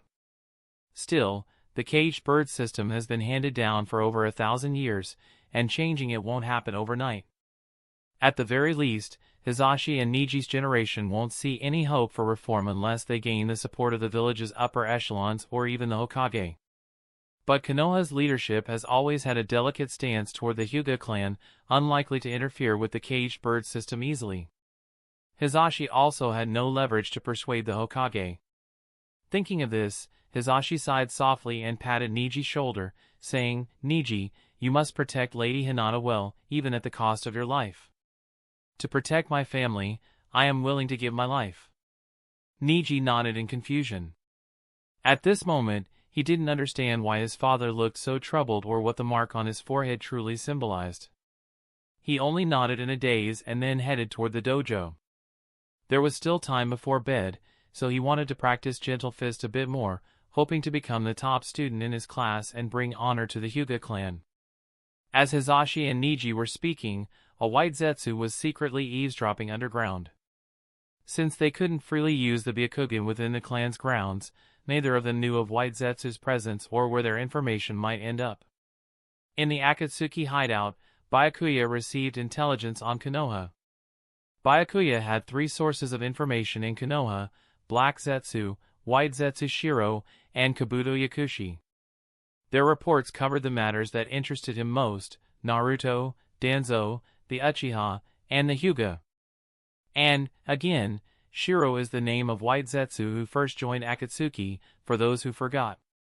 Author is calling both Toby, but to erase confusion, I named Byakuya's WZ Shiro. Naruto was the undeniable protagonist in the original timeline, with a series of significant identities: son of the 4th Hokage, Jinchuriki of the Nine Tails, and one favored by the Sage of 6 Paths. Danzo was an old senior, necessary for Konoha to prosper, even if through controversial means.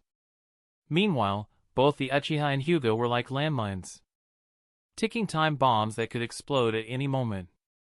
Among the wealth of intelligence, there was the most information on Naruto, but for Byakuya, it wasn't of much use.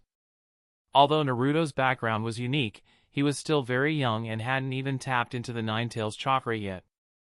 For now, he was just an ordinary Jinchuriki, with little strategic value. On the other hand, there seemed to be some movement from Danzo. Recently, he'd even summoned Kabuto back from Iwagakure. Perhaps Danzo was plotting against the 3rd Hokage, or perhaps he intended to deal with Nono Yakushi. Nono knew too much, so he might feel the need to send someone to eliminate her. The Uchiha clan continues to act as domineering as always, with their police force often clashing with other departments. Shursui is frequently seen around the Hokage's office, seemingly now serving as a liaison between Konoha and the Uchiha. Once Itachi participates in the Chunin exams and joins the Root organization, the Uchiha's downfall will be imminent. Meanwhile, the intelligence on the Hyuga clan, delivered by White Zetsu Shiro, piqued Byakuya's interest. He had been so focused on recruiting the Uchiha that he had nearly forgotten about Konoha's other gold mine in the Hyuga clan. Although the Hyuga clan only inherited the Byakugan from the Akatsuki, they have a unique advantage due to their numbers, which can yield unexpected benefits. Strictly speaking, the Akatsuki on the moon are a branch of the Hyuga in the Shinobi world, so recruiting the entire clan might even unlock the Tensigen for him. However, unlike the caged bird-marked Hyuga on Earth, the Akatsuki on the moon were a branch family that wiped out their own main family, concentrating all eyes in the Great Tensigen. In comparison, recruiting the Uchiha to gain the Manjikyu Sharingan seems more reliable. Regaining focus, Byakuya noted down the Hyuga clan in his schedule. When it came to stirring internal chaos in the 5 great shinobi villages, he always had boundless energy. After sketching a rough plan, Byakuya touched his ring and received a message from Orochimaru. After several weeks of research, Orochimaru had finally found a way to unlock the box of ultimate bliss, inviting Byakuya to observe. He had also made progress with would-release techniques. The box of ultimate bliss is an ancient artifact from the Sage of 6 Paths era, capable of granting the wish of the one who opens it. However, it requires specific jutsu and a chakra level comparable to that of a tailed beast, making it difficult to unlock. For Byakuya, gathering tailed beast level chakra was not an issue. he could easily use the Two Tails Jinchuriki or his own chakra.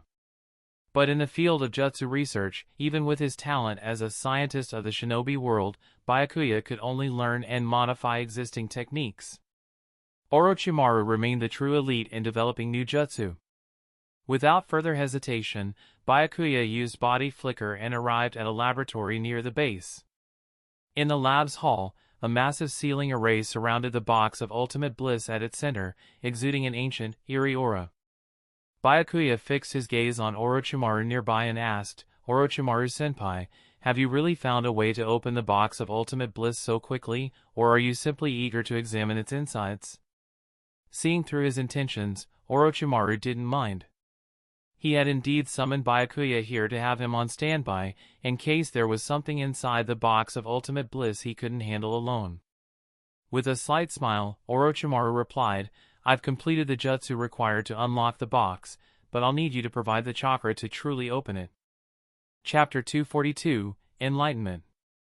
After weeks of study, Orochimaru realized that opening the box of ultimate bliss required tailed beast-level chakra. For Orochimaru at this stage, gathering chakra of such magnitude was not impossible, though it would require considerable effort. He'd need the assistance of all his subordinates and even have to seek help from Ryuchi Cave to amass enough chakra.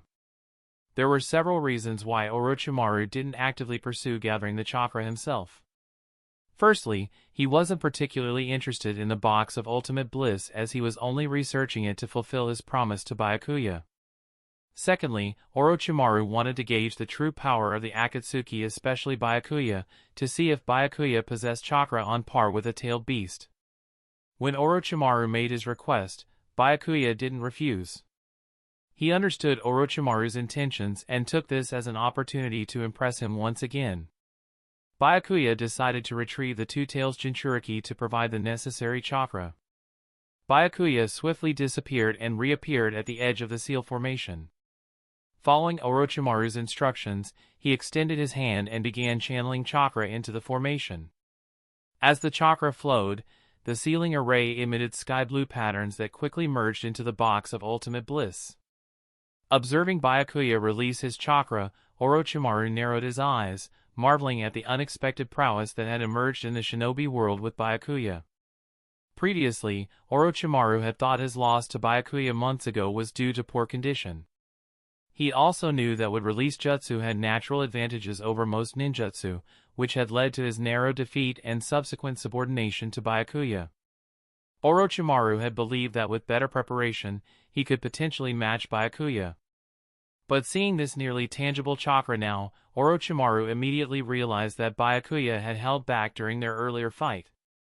With such a vast amount of chakra combined with the wood release of the first Hokage, Byakuya's power might already rival, or even surpass, that of the third Hokage, who had dominated the shinobi world for decades.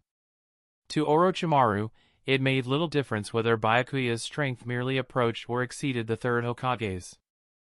The third Hokage had mastery over all 5 basic chakra natures and was skilled in ninjutsu, taijutsu, and jinjutsu, leaving Orochimaru with no viable path to defeat him quickly. Byakuya posed a similar challenge. Clearing his wandering thoughts, Orochimaru refocused on the box of ultimate bliss, ready to use ninjutsu to open it. Before long, with the box absorbing sufficient chakra, it finally began to show signs of opening, emitting intense rumbling noises. Seizing the opportunity, Orochimaru formed hand seals and cast the necessary ninjutsu. With a loud crash, the lid of the box flew open, and a pitch-black figure with no head or face, but possessing large wings, emerged. This figure reminded Byakuya of a fallen angel from Western mythology, an unrefined version, at that.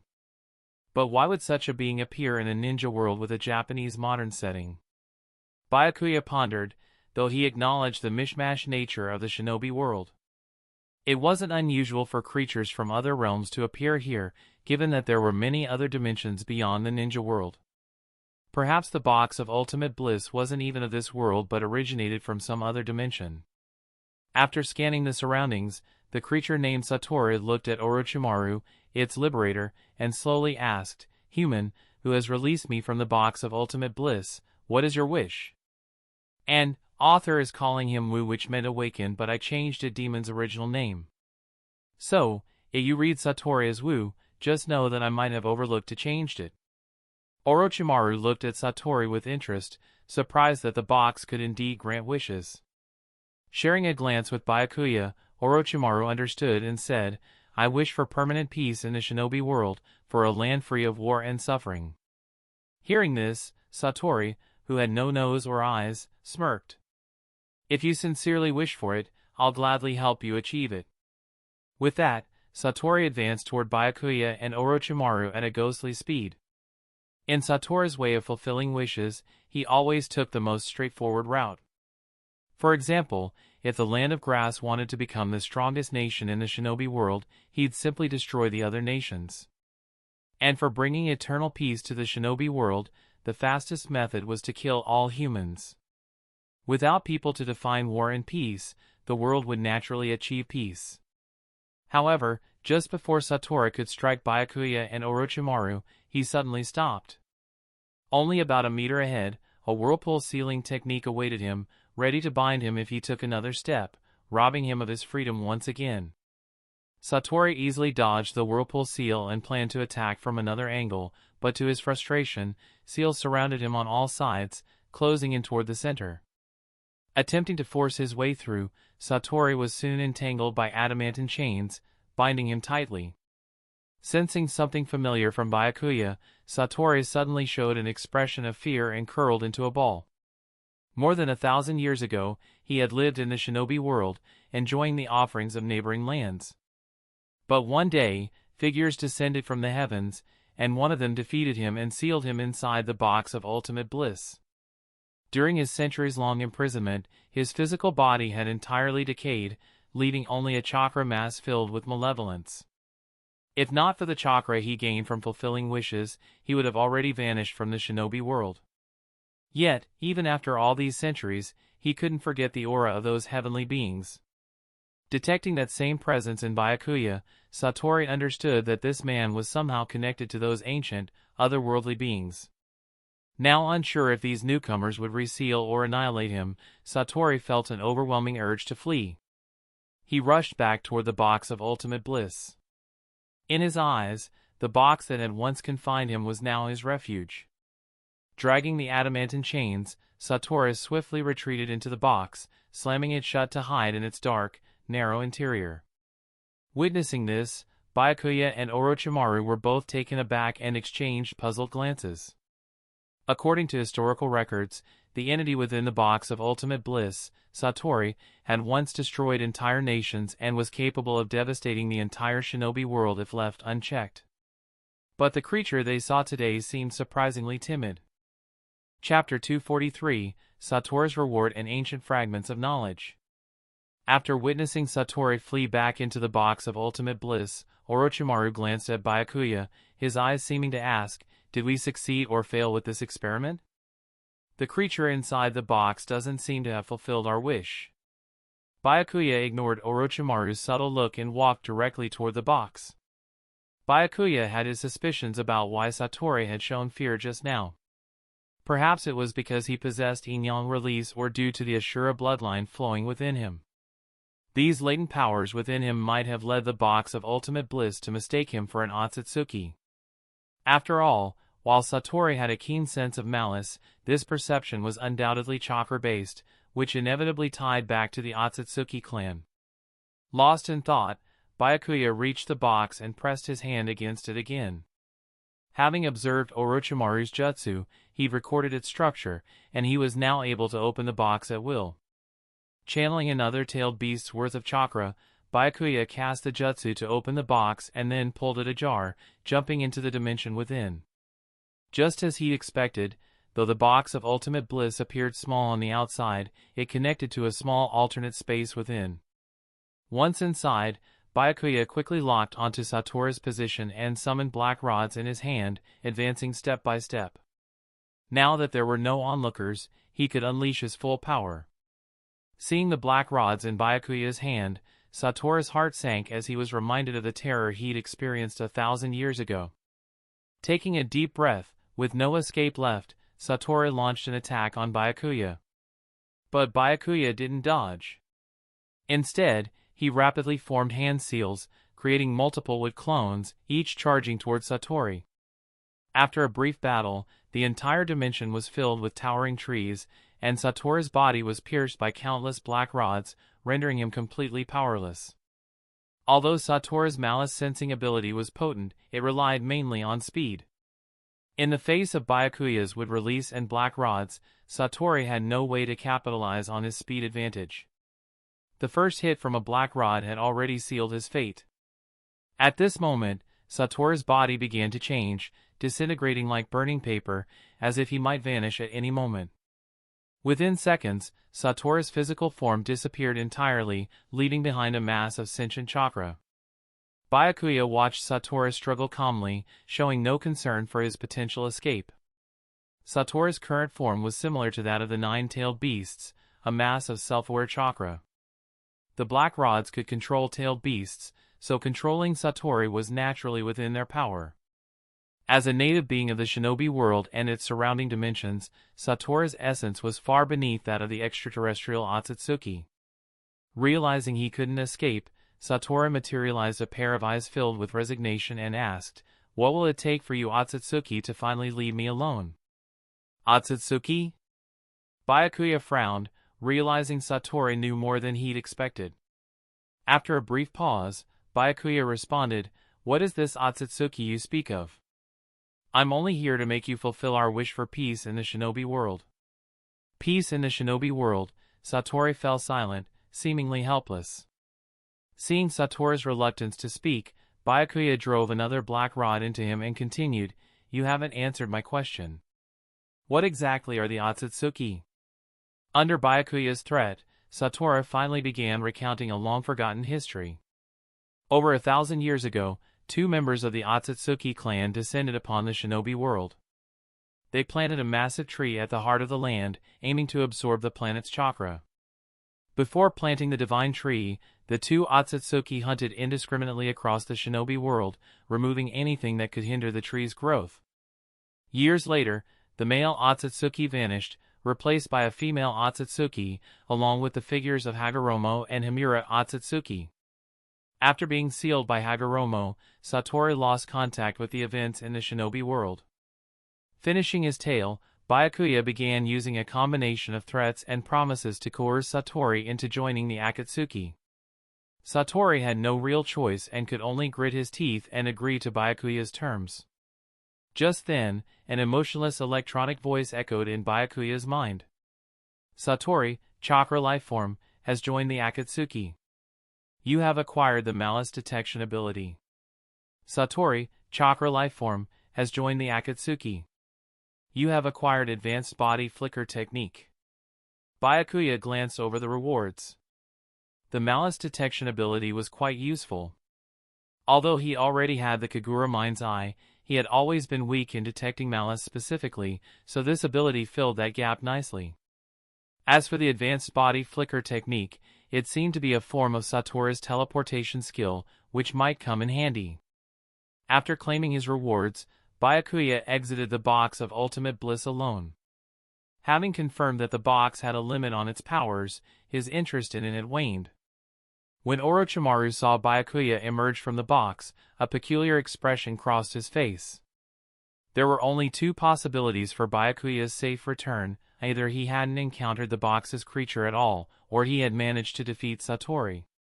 Orochimaru quickly dismissed the first possibility. Knowing Byakuya's strength, he wasn't surprised Byakuya had defeated Satori, but his curiosity grew about what was inside the box. Byakuya didn't hide anything and explained the situation to Orochimaru. After hearing about Byakuya's easy victory over Satori, Orochimaru sighed softly, shifting his gaze from the box of ultimate bliss to Byakuya himself. Compared to the box, Orochimaru was more intrigued by the secrets of Byakuya's power, an interest that even surpassed his fascination with Wood Release or the Uchiha clan. After a few words of encouragement from Byakuya, he left the lab. Orochimaru paced around the laboratory, then glanced toward the box of ultimate bliss. Nearby, on the ground, he noticed a blood-stained tree branch. Picking up the branch without a word, Orochimaru sensed the chakra on it and confirmed that it was Byakuya's. His heart began to race. Though the blood on the branch was minimal, it was enough for him to conduct some research.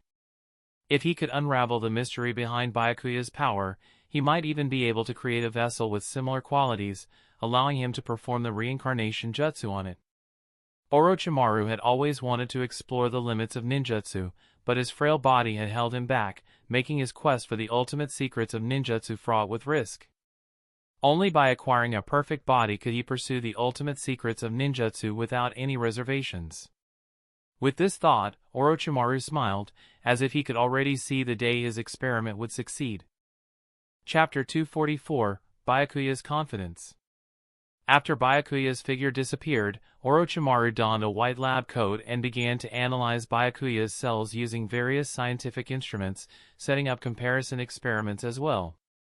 A few hours later, the data and results came through. Orochimaru stared at the screen, deep in thought. At first glance, Byakuya's cells appeared no different from ordinary human cells, yet they harbored an overwhelming power. Even when compared to Hashirama's cells, Byakuya's cells resisted any attempts by Hashirama's cells to assimilate them. Unlike Hashirama's domineering cells that actively sought to devour and assimilate others, Byakuya's cells were comparatively benign. They didn't aggressively assimilate, yet contained a balanced blend of all chakra attributes. These combined chakra elements did not create any instability, rather, they formed an adaptable, stable cellular structure, essentially a universal cell, with endless experimental potential. Realizing this, Orochimaru was stunned. If only he had more of Byakuya's cells, he might have injected them into test subjects, hoping to cultivate a suitable vessel quickly for his reincarnation. Just as Orochimaru was lost in his musings, a familiar voice sounded behind him. "Orochimaru-senpai, how's the experiment coming along?" "The results are promising. Byakuya's cells have potential comparable to Hashirama's." After speaking, Orochimaru suddenly sensed something was off.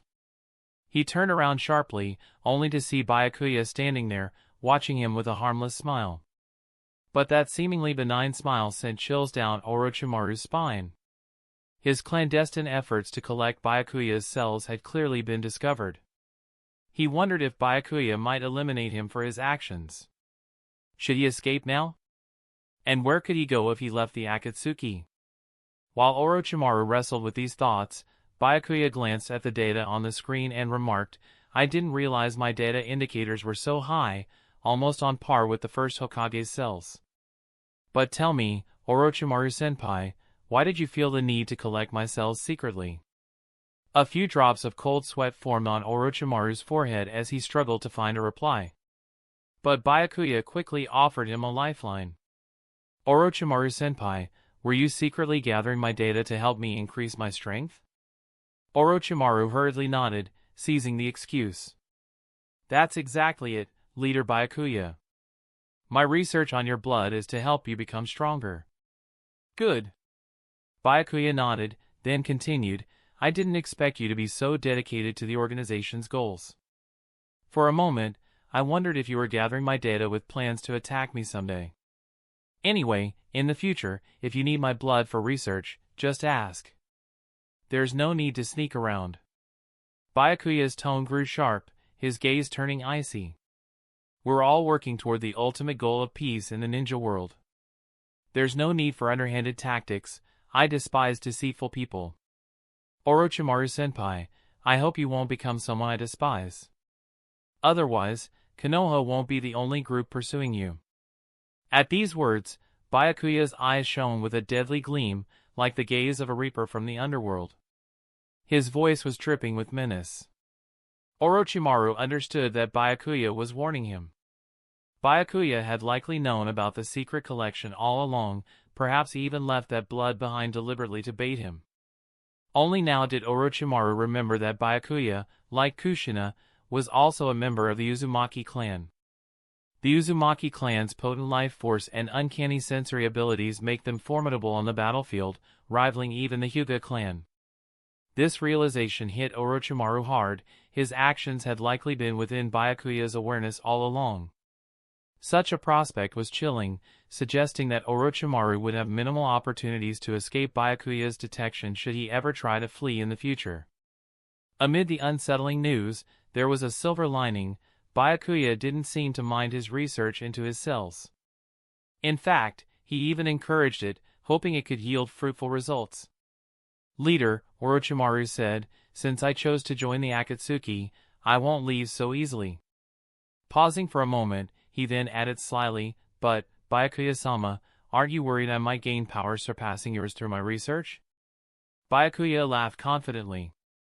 "If you truly managed to surpass me through research, that would only show that my strength was insufficient. But a replica is just a replica." "Can you really surpass me?" he asked, with a glint of challenge in his eyes. "Think about it, the first Hokage had the power to bring peace to the world, yet despite all the efforts since his death, none of you who've studied his cells have even come close to matching him," Byakuya added with a smirk. Orochimaru fell silent, contemplating the truth in Byakuya's words. Konoha had launched numerous projects to replicate the first Hokage's power, with even Tobirama Senju and himself participating.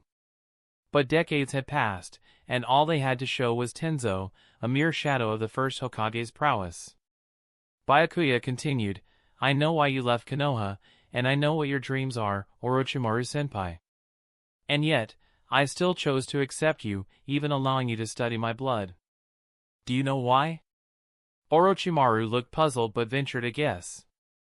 "Because you have absolute confidence that no one can surpass you?" Byakuya shook his head. "You're only half right. Besides my confidence, I don't want to see valuable techniques vanish with time. In the shinobi world, we must leave some legacy behind. We can either become a great hero, like the first Hokage, who quelled the chaos of his era, or leave a lasting impact through techniques, like the second Hokage with his shadow clone jutsu," Byakuya said, eyes gleaming. "Don't you want to leave a mark on the shinobi world, Orochimaru?" Byakuya's words struck Orochimaru to his core, stirring reflections on his ambitions and legacy. What Orochimaru didn't know was that this was all part of Byakuya's plan. That blood-stained twig had been left intentionally to draw Orochimaru's attention and encourage his research. Byakuya hoped that Orochimaru would extract useful insights, allowing Byakuya's abilities to ultimately benefit the Akatsuki. After all, thanks to Byakuya's system, any enhancements to the organization's members would feed back into his own strength. As the Akatsuki's influence spread across more and more territories, every invention and policy that strengthened the shinobi world would become fuel for Byakuya's own power. Chapter 245, Methods to Improve the Combat Power of Rain Ninjas. After leaving the Akatsuki's laboratory, Orochimaru respectfully walked Byakuya to the door, not daring to let his guard down again. With such an unpredictable and powerful superior, Orochimaru realized that any future plans to defect would be significantly harder to execute. Despite the constraints, Orochimaru found himself appreciating the Akatsuki's environment. The organization allowed substantial freedom, though he needed to report to Amigakure periodically. He could spend most of his time in the Sound Village. Compared to the rigid, ideological Konoha, which felt like an elderly entity fading away, the Akatsuki was vibrant and dynamic, like a youthful force, driven by power and ambition rather than any restrictive code like the will of fire. This sense of raw potential and competition was invigorating to him. Not long after leaving, Byakuya noticed a familiar figure with blue hair standing by the roadside. It was Konan, one of the four pillars of the Akatsuki. She was dressed in her signature cloak adorned with red clouds, her arms crossed, seemingly waiting. Konan was gazing pensively at the Akatsuki base in the distance. She knew this base well, it held memories and a sense of familiarity from the past. However, the base now looked imposing and impersonal, filled not with her old comrades but strangers Byakuya had recruited, mercenaries like Kakuzu and Sasori. Although she understood that this evolution was inevitable as the organization grew, it was hard not to feel nostalgia for the past. Konan worried that the influence of these rogue ninjas might make Byakuya's methods even more extreme. Just then, Byakuya approached her with a smile. "Konan, what brings you here today? Another high-level meeting called by Yahiko?" Konan nodded, saying, "Yes, Yahiko asked me to bring you over. It's time for the monthly high-level meeting." Rolling his eyes, Byakuya muttered, "Another high-level meeting? Didn't we just have one last month?" Hearing Byakuya's light-hearted complaints, Conan's melancholy dissipated, and they soon arrived together at Amagekyure's main building. Inside the meeting room, Yahiko and Nagato were already waiting. The meeting covered both external and internal matters. Externally, Amagekyure had recently secured an unbreakable alliance with Yugakure, and the trade agreement with Kusagakure had strengthened ties with Amagekyure. The mutual trade between these three nations was growing into a market comparable to those of the major countries. Internally, Amagekyure had also made strides. After years of development, they now had hundreds of Genin-level ninjas, armed with kunai and explosive tags, capable of fighting at nearly Chunin-level strength. This low-level combat power placed Amagekyure on par with the lower end of the five great nations, comparable to Sunagakure. However, Yahiko realized that to spread peace across the ninja world, they still lacked sufficient power. That was why he'd invited Byakuya, to see if he could suggest ways to further strengthen Amagekyure's forces. Upon hearing Yahiko's request, Byakuya was intrigued, raising an eyebrow as he said, "Yahiko, didn't you always oppose military expansion, saying the village's finances were already stretched?" Yahiko's expression turned slightly embarrassed. In the past, Amagekyure had been focused on rebuilding, so its finances were indeed tight, leading to cuts in the military budget. However, after years of development, with newly established markets in the land of hot water and the land of grass, Amagekyure's finances were far more stable. The success of trade agreements with these lands had shown Yahiko the appeal of expansion. Through careful investigation, Yahiko had also come to a deep realization. No matter how much Amagekyure improved, this growth could only benefit the people of the Land of Rain. Across the ninja world, it wasn't just the ninja wars that brought suffering, warlords and daimyo inflicted pain on the people as well. To help those outside the Land of Rain, Amagekyure had to increase its combat power. But with a limited population, boosting strength meant finding ways to enhance the overall strength of each Rain ninja. After a moment of silence, Yahiko raised his head and said seriously, "I was too narrow-minded before. If we want to protect Amagekyure and bring lasting peace to the ninja world, our village must increase its military strength."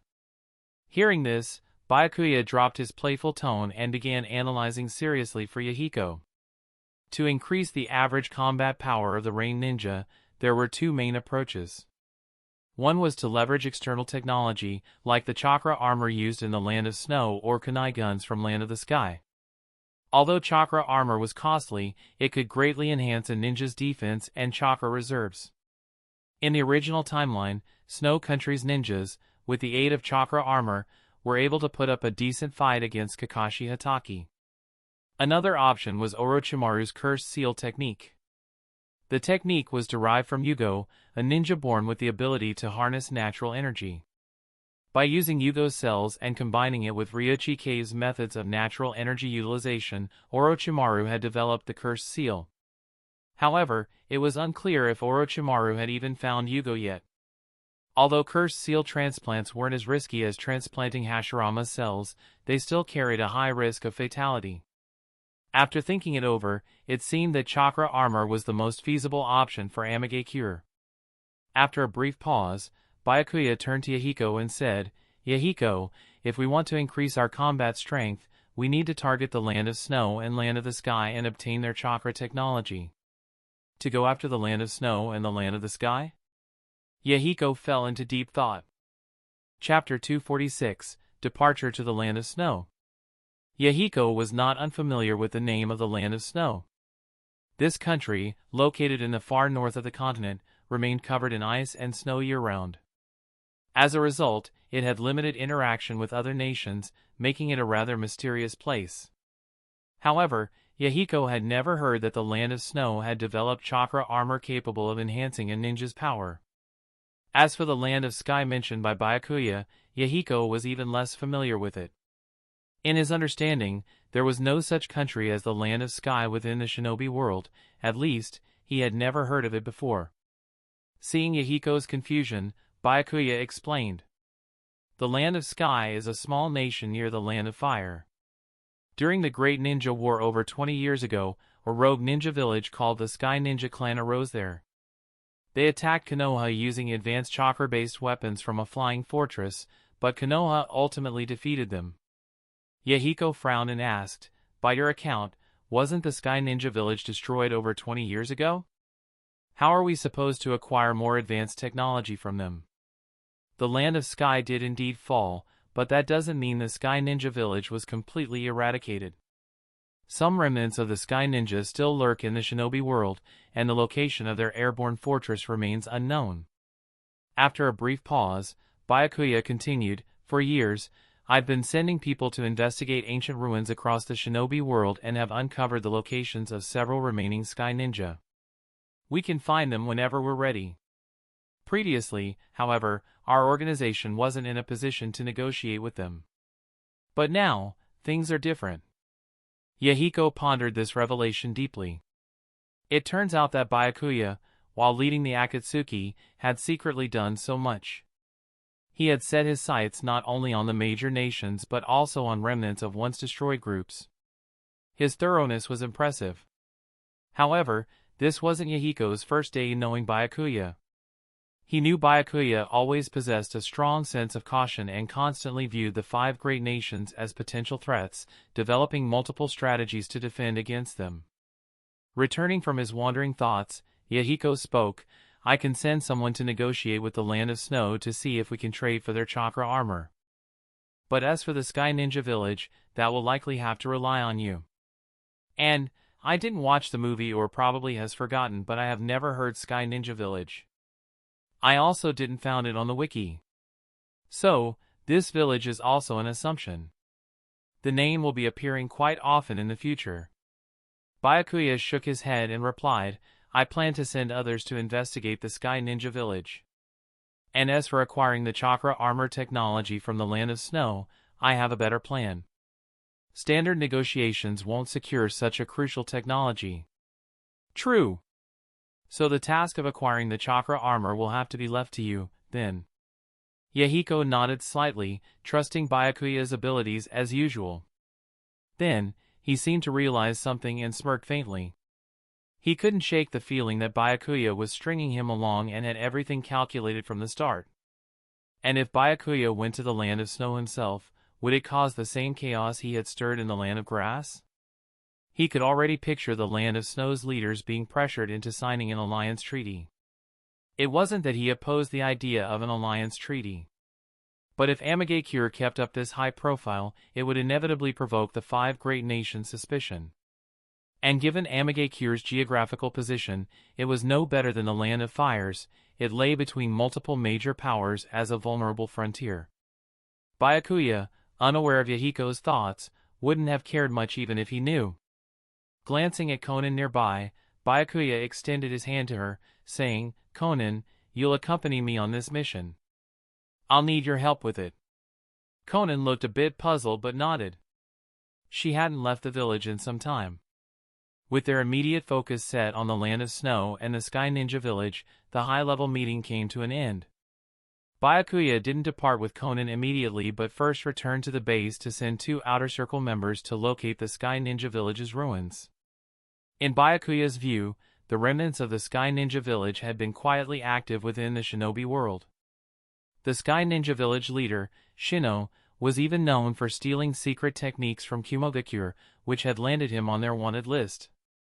His actions were far from discreet. The 2 people Byakuya sent on this mission were Sasori and Orochimaru. Both Sasori and Orochimaru were scientists in their own right. If they found Shino, they might share common interests, which could lead to recruiting Shino into the Akatsuki. As for why Byakuya personally volunteered to go to the Land of Snow, he had his own reasons. The Land of Snow was highly industrialized, ranking among the top in the Shinobi world in terms of chakra-based technology. Many military industries unsuitable for Amagakure would have to be based there, especially those involving secret or forbidden techniques. After organizing the next few months of tasks, Byakuya and Konan left Amagakure. Both were skilled in paper-style jutsu and had mastered low-altitude flight. Even in the wet climate of the Land of Rain, they could travel swiftly. On the journey, Byakuya looked back at Konan, noting her ability to keep pace. He realized he wasn't the only one who had grown stronger. After years of intense training, Konan had advanced from an elite Jonin to Kage-level strength. Her chakra reserves and proficiency in paper style were now on par with her future self, and she had mastered the advanced multiplying paper explosive tag technique, allowing her to use explosive tags more efficiently. With these abilities, Byakuya believed Konan might even stand a chance against the Eight-Tails Jinchuriki. While Byakuya observed Konan, she was also watching him. She was long accustomed to Byakuya's superior strength. Byakuya was one of the rare prodigies of the shinobi world, with talents surpassing even Nagato, the reincarnation of the Sage of Six Paths. Compared to Byakuya and Nagato, she and Yahiko sometimes felt like they were lagging behind. Yet as her experience grew, so did her awareness of Byakuya's overwhelming capabilities. She had used every free moment to keep up with him. After some time on the road, they left the Land of Rain and entered the Land of Fire. Looking at the lush forests of the Land of Fire, Konan couldn't help but ask, "Byakuya, isn't the Land of Snow to the north? Why are we here in the Land of Fire?" Byakuya glanced at her and explained, "We need to board a ship from the eastern coast of the Land of Fire to reach the Land of Snow. This route avoids many unnecessary troubles.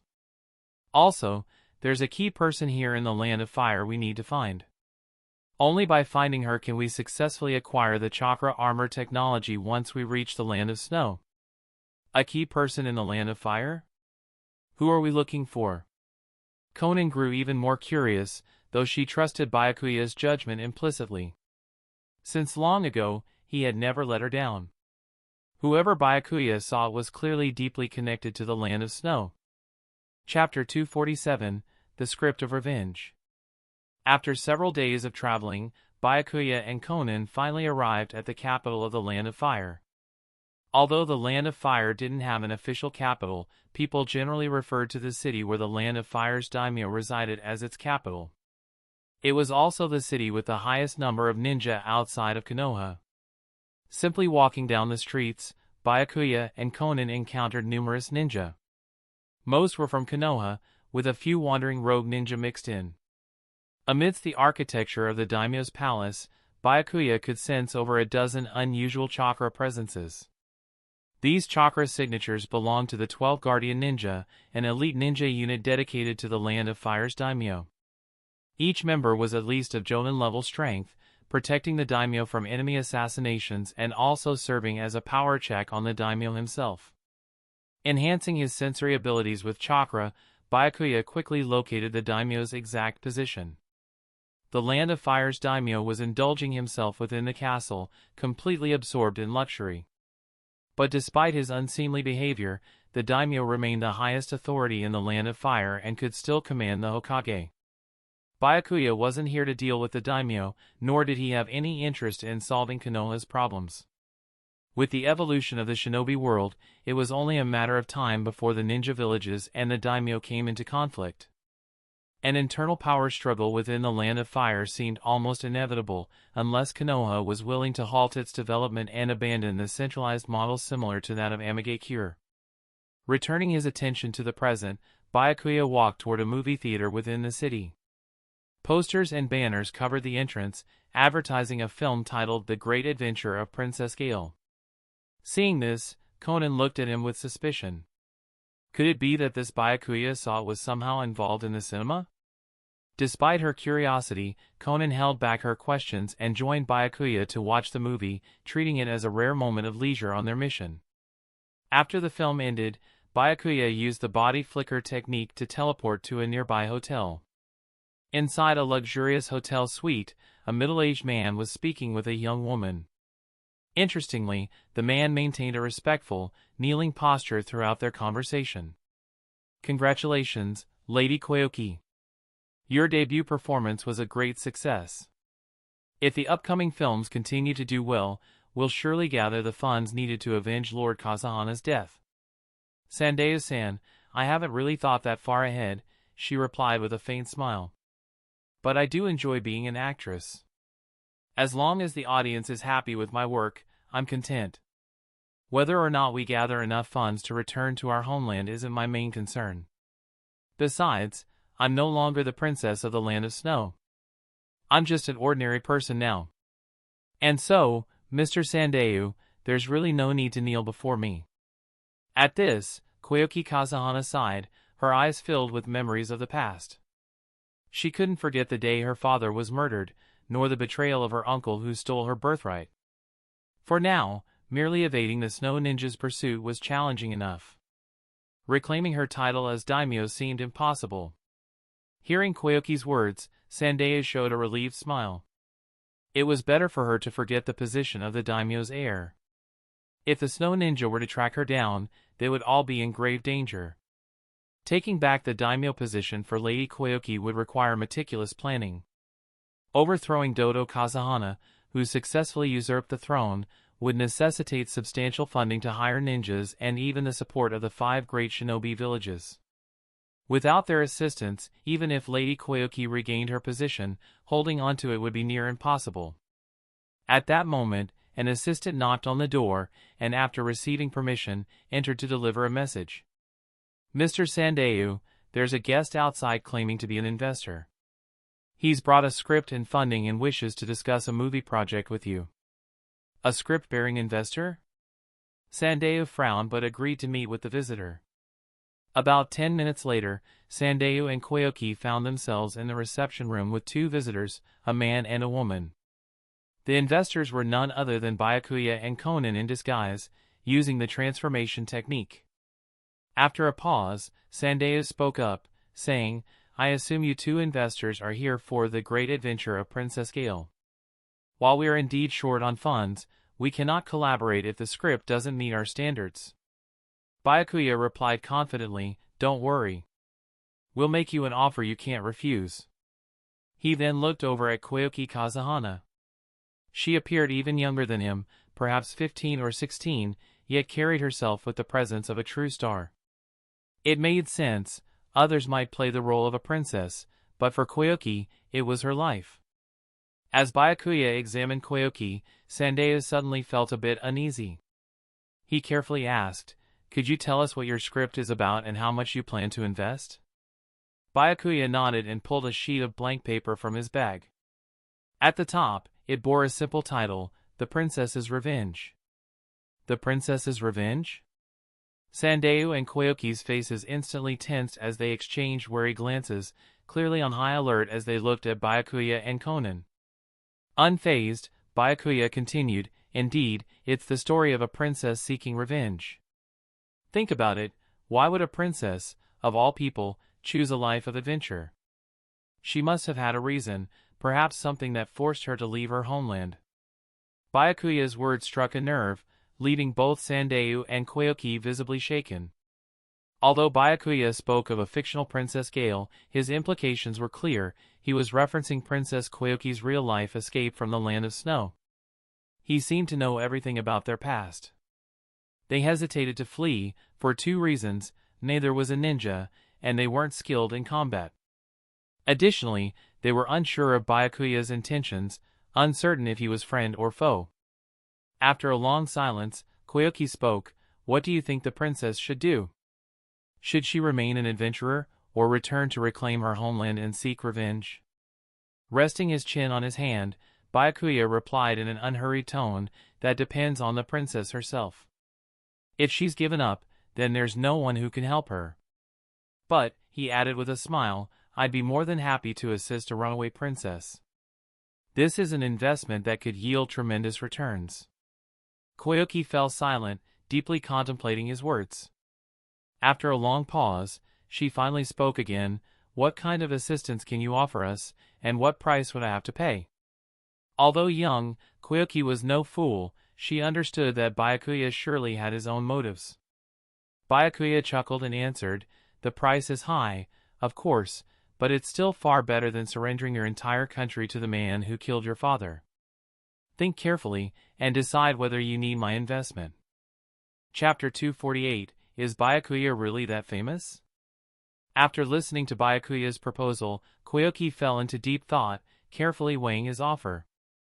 After a long silence, she bowed to Byakuya and agreed to his terms. She asked for Byakuya and Conan's names, then excused herself to gather her belongings and return to her room. Once inside, Sandeu, who had remained silent until now, asked, "Lady Koyoki, why did you agree to their terms? We don't even know which country's ninjas they belong to, let alone if they were sent by Dodo himself." Sandeu couldn't understand Koyoki's decision. Why would she trust two mysterious strangers with such a secretive demeanor? Still, as a retainer, he had no authority to interfere with her choices. Koyoki sighed softly and replied, "Sandeu, do you think we even have the power to make a choice?" Sandeu lowered his head and murmured, "You're right. I was too short-sighted." For Koyoki and Sandeu, Byakuya and Conan's arrival left them no room to negotiate. They were already at the mercy of these powerful strangers. Refusing them could very well mean their deaths. After a pause, Sandeu asked, "Lady Koyoki, should we try to escape, or go with them back to the land of snow? I'm worried they might be working for Dodo." Koyoki replied gravely, "They can't be working for my uncle.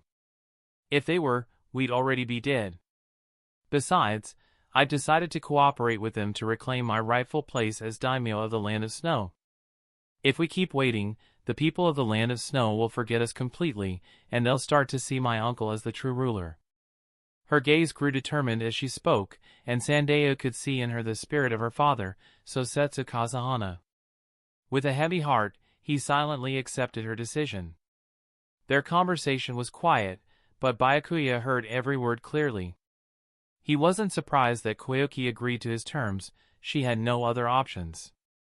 As a princess on the run, even if she became a beloved national icon and raised a large amount of money, it would be nearly impossible to reclaim her throne from a usurper with the resources of an entire country. In the original timeline, Koyoki succeeded largely due to Konoha's intervention. Konoha needed allies to maintain the Chunin exam network and chose to support Koyoki. Beside him, Conan looked at Byakuya for a few seconds, gradually understanding his strategy. If Amagakure were to acquire chakra armor technology from the Land of Snow through negotiations, it would be extremely difficult. The Land of Snow wouldn't give up its core technology so easily. Using force, however, could lead to unwanted scrutiny and backlash. In the shinobi world, strength is often what matters, and the strong have little reason to worry about weaker voices. But since Amagakure is led by the Akatsuki, it has to justify its actions differently from other hidden villages.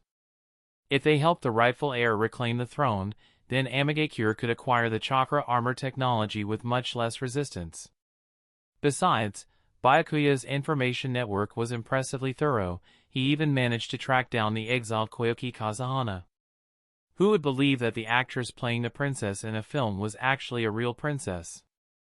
A few hours later, Koyoki finished packing and arrived at the designated departure spot. Seeing Byakuya and Conan, she asked hesitantly, "Byakuya-sama, are we heading to the Land of Snow right away? Isn't this a bit rushed? Will it really be just the two of you? Don't ninjas usually operate in four-man squads?" Byakuya chuckled lightly. "With me and Conan, it's more than enough. I don't believe the Land of Snow or its Snownin can stand against us. We're very strong, after all." Byakuya spoke the truth, but Koyoki still seemed doubtful. Koyoki suspected that Byakuya and Conan were indeed very powerful ninjas, but her uncle had the support of the Snow Ninja Village. Could even the strongest ninjas possibly stand against an entire hidden village? Still, she had no other choice at the moment but to trust in Byakuya's strength. This was a risky gamble since, if they succeeded, she'd reclaim her place as daimyo of the Land of Snow. If they failed, the price would be her life. Yet, even with the risk, it was better than doing nothing at all. As they made their way to the eastern coast to catch a boat, Byakuya, walking ahead, suddenly stopped in his tracks. A gang of rogue ninjas appeared on the road in front of them, blocking their path. The group consisted of over 10 people, armed with bows and large blades, clearly a gang of ruthless thugs. Seeing these rogue ninjas, Koyoki and Sandeu swallowed nervously, feeling a growing sense of unease. Byakuya looked at the group, then turned to Conan and said, you handle the ones behind us. I'll take care of the ones in front." Conan nodded and vanished in an instant. Without any further delay, Byakuya charged at the rogue ninja gang. In just a few moments, he and Conan had knocked every one of them down. Heck, they hadn't even had time to use any jutsu. After capturing the bandits with Shadow Clone Jutsu, Byakuya walked back over to Koyoki and said calmly, "Lady Koyoki, let's continue on our way." Relieved to see the enemy dispatched within minutes, Koyoki looked at Byakuya with gratitude and said, "Thank you so much, Byakuya-dono. With your strength, maybe we really can defeat Dodo." Byakuya rolled his eyes, a bit exasperated, and replied, "Lady Koyoki, did you think our agreement was a joke? I told you my name from the start. I am Byakuya of the Akatsuki, from Amigakure." "Byakuya? Is he a famous jonin?" Koyoki looked confused. Her knowledge of ninjas was quite limited. She only knew of the 5 great hidden villages and the 5 Kage who led them. Byakuya's mouth twitched slightly. Koyoki really did know very little about the ninja world. But perhaps that was just as well. This would make it easier for the Akatsuki to influence the Land of Snow. Ultimately, the best role for a daimyo was to become a symbolic figurehead of the nation. After a brief pause, Byakuya added, "I may not be the most famous ninja, but helping you reclaim your title of daimyo is more than manageable. Once you become the daimyo of the Land of Snow, you should start learning about the renowned jonin of the ninja world." Chapter 249, No Suspense. From the eastern coast of the Land of Fire to the shores of the Land of Snow, the journey took Byakuya and his companions 2 full weeks. Along the way, they encountered several bands of rogue ninjas, ranging from simple bandits to powerful A-rank missing nin. However, none proved to be a match for Byakuya and Conan, each falling easily to their combined strength. Upon reaching the Land of Snow, Byakuya and the others donned thick winter coats, preparing for the journey to the capital. Koyoki Kazahana and Sandayu Sama, besides bundling up, also wore heavy scarves and dark goggles, wary of being recognized by the local ninja. But Byakuya stopped them, saying seriously, "Lady Koyoki, you are the legitimate heir of the Land of Snow. There's no need to hide your identity. Let's head directly to the capital. I'll handle any trouble we encounter along the way." Though Koyoki hesitated, she recalled Byakuya's impressive strength and nodded in agreement. Byakuya was right, she was the rightful heir.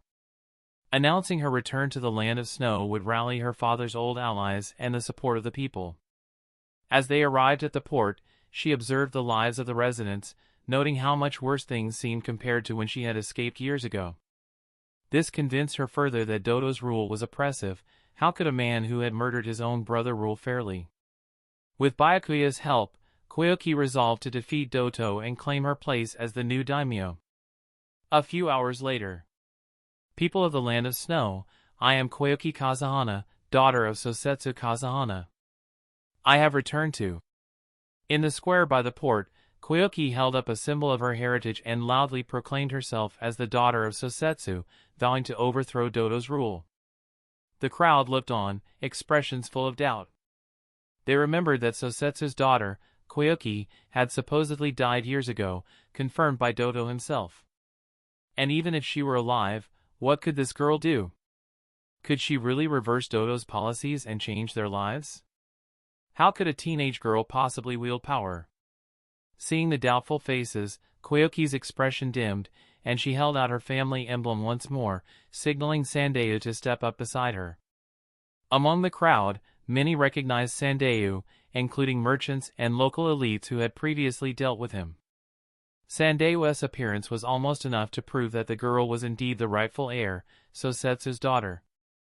It also planted seeds of suspicion. Was Sosetsu's death, years ago, a conspiracy? Stepping up, Sandayu gave a rousing speech, recounting Dodo's betrayal alongside Koyoki, hoping to rally support for her claim to the daimyo title. Their public proclamation quickly drew the attention of various factions. Those loyal to Dodo debated capturing Koyoki and Sandayu to hand them over to their lord.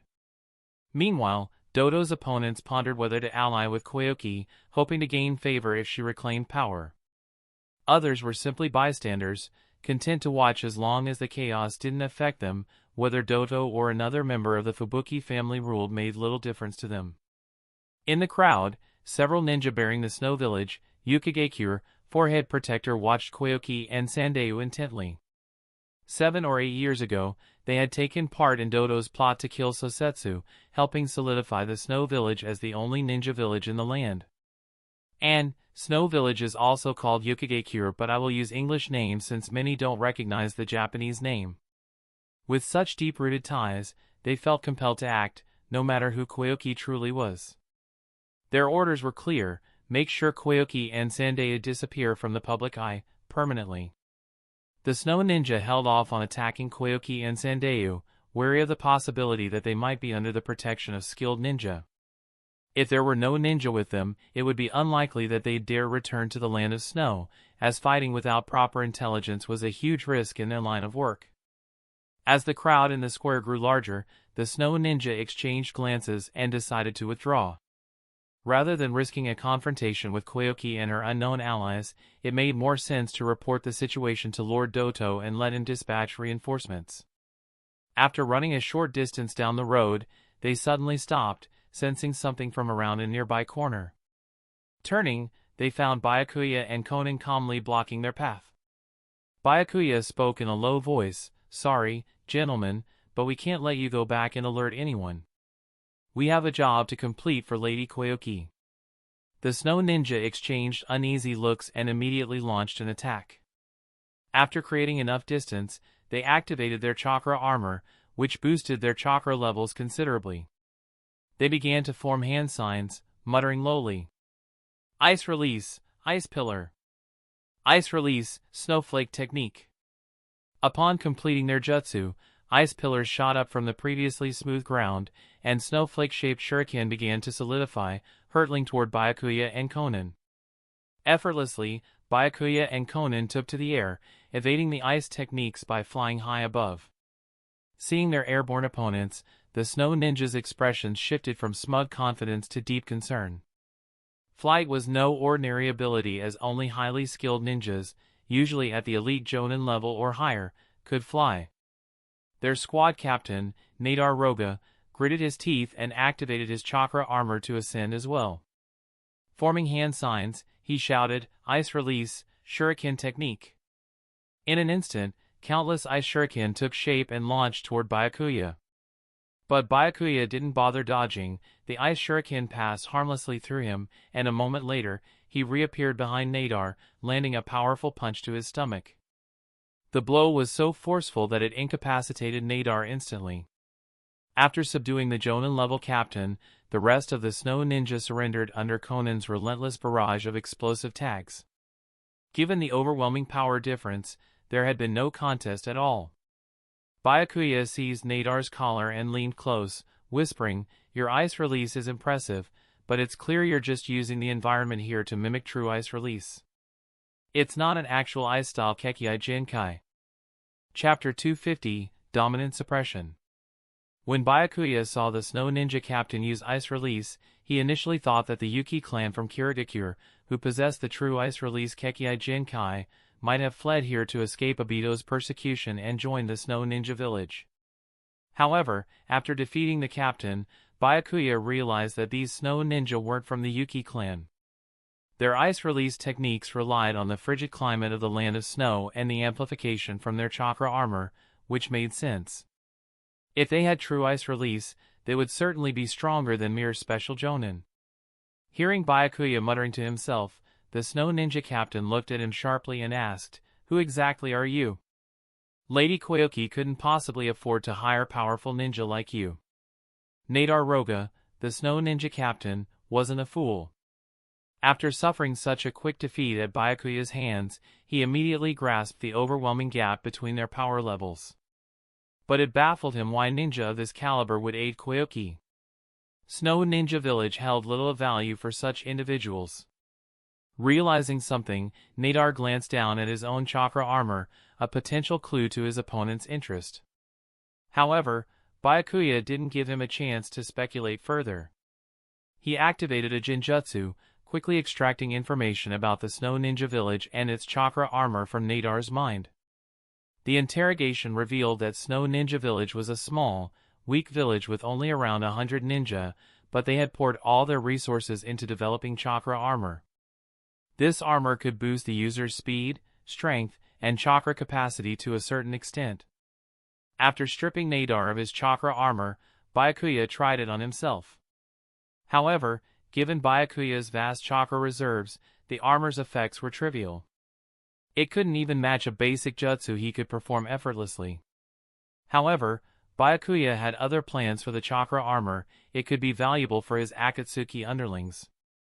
Though the chakra armor couldn't compare to techniques like Sage Mode or Cursed Seals, it had the advantage of being mass-producible and free from negative side effects, making it ideal equipment for strengthening the Akatsuki's weaker members. At that moment, Conan approached him, having dealt with the remaining enemies, and asked, "Byakuya, now that we've obtained the chakra armor, our mission is complete. What's our next move? Should we stay here and help Koyoki overthrow her uncle, or leave it for later?" "Of course we're staying to help Koyoki take the throne," Byakuya replied with a slight smirk. "Akatsuki needs more allied nations." He paused before adding, "I just learned the location of Dodo Kazahana, the current daimyo. Let's take Koyoki and head straight to him." With that, Byakuya turned and headed toward the port to retrieve Koyoki and Sandayu. Conan followed without hesitation. As Byakuya and Conan left, a figure emerged from the snow-covered shadows and dashed toward the depths of the Land of Snow to report this new development to Dodo. Hours later, Dodo Kazahana, daimyo of the Land of Snow and leader of Snow Ninja Village, received the urgent report. Dodo held a unique position in the ninja world. He was both a feudal lord and the head of a ninja village. Years ago, to wrest power from his brother, he had hired mercenaries and established Snow Ninja Village, crowning himself its leader. Upon hearing that Koyoki had reappeared, Dodo allowed himself a smile. Ever since his successful coup, he'd been searching for her in hopes of unlocking the hidden treasure his brother had concealed in the land. He had, in fact, secretly ordered that she not be harmed, but she had managed to escape with the help of Konoha ninja. But when he learned that two mysterious, powerful ninja accompany her, his lips twitched. If these ninja had the strength to defeat Nadar, they were clearly formidable opponents. Over the years, Dodo had pushed his chakra armor to its limits, making him nearly as powerful as an elite jonin. Yet, even with his power, Snow Ninja Village had no other elite fighters. Even with chakra armor, the other ninja could only reach special jonin at best. Dodo wasn't concerned if Koyoki had merely hired these two ninjas. However, he worried that they might be emissaries from one of the 5 great shinobi villages. If they sought to use Koyoki as a pawn, it would be difficult to resist. Still, Dodo reasoned, why would the great villages bother supporting Koyoki when they could just ally with him directly? As he pondered his strategy, a sudden, thunderous explosion shook the ground. Looking out the window, Dodo's jaw dropped as he witnessed a sight that made his blood run cold. In the distance, 2 figures were rapidly approaching, effortlessly cutting through his troops. Each of his men fell like leaves before them. These figures, of course, were Byakuya and Conan. Byakuya had deliberately left a tracking seal on the snow ninja they'd let escape, making it easy to locate Dodo's position. Noting Dodo's dismay, Byakuya smirked. His objective wasn't just to reach Dodo but to reduce potential casualties by neutralizing his forces first. As the duo closed in, Dodo's face darkened, realizing the intelligence report he'd received had gravely underestimated their strength. These weren't elite jonin. They were more akin to village elders. Heck, he doubted he could defeat either one in a fair fight. Taking a deep breath, Dodo activated his chakra armor, feeling its energy course through him. Although he knew his chances were slim, he wanted to at least try. After all, if he couldn't defeat these two, his dreams of conquest and elevating the Land of Snow to a great power were mere fantasies. With his chakra armor fully charged, Dodo took to the sky, forming hand seals and shouting, "Ice Release, Twin Dragon Blizzard." 2 spiraling tornadoes of snow and ice shot from his palms, twisting together like twin dragons and hurtling toward Byakuya. The immense whirlwinds consumed everything in their path, even making nearby buildings tremble. In terms of raw destructive power, Dodo's strength was nearly on par with Akage. Even the elite jonin of the great villages would struggle against such an attack. But to Byakuya, this level of jutsu was underwhelming. Quickly locating the eyes of the twin tornadoes, he placed his hands on the ground and invoked with release, advent of a world of flowering trees. Enormous trees erupted from the ground, anchoring themselves and sapping the force from the twisters. Seeing the legendary would release technique, Dodo froze in shock, just before the massive vines ensnared him, silencing him before he could cast another jutsu. With Dodo subdued, Byakuya dusted off his hands, landing smoothly on the ground. That's the end of this tale for now. Thank you for watching and I'll see you in part 10. Peace.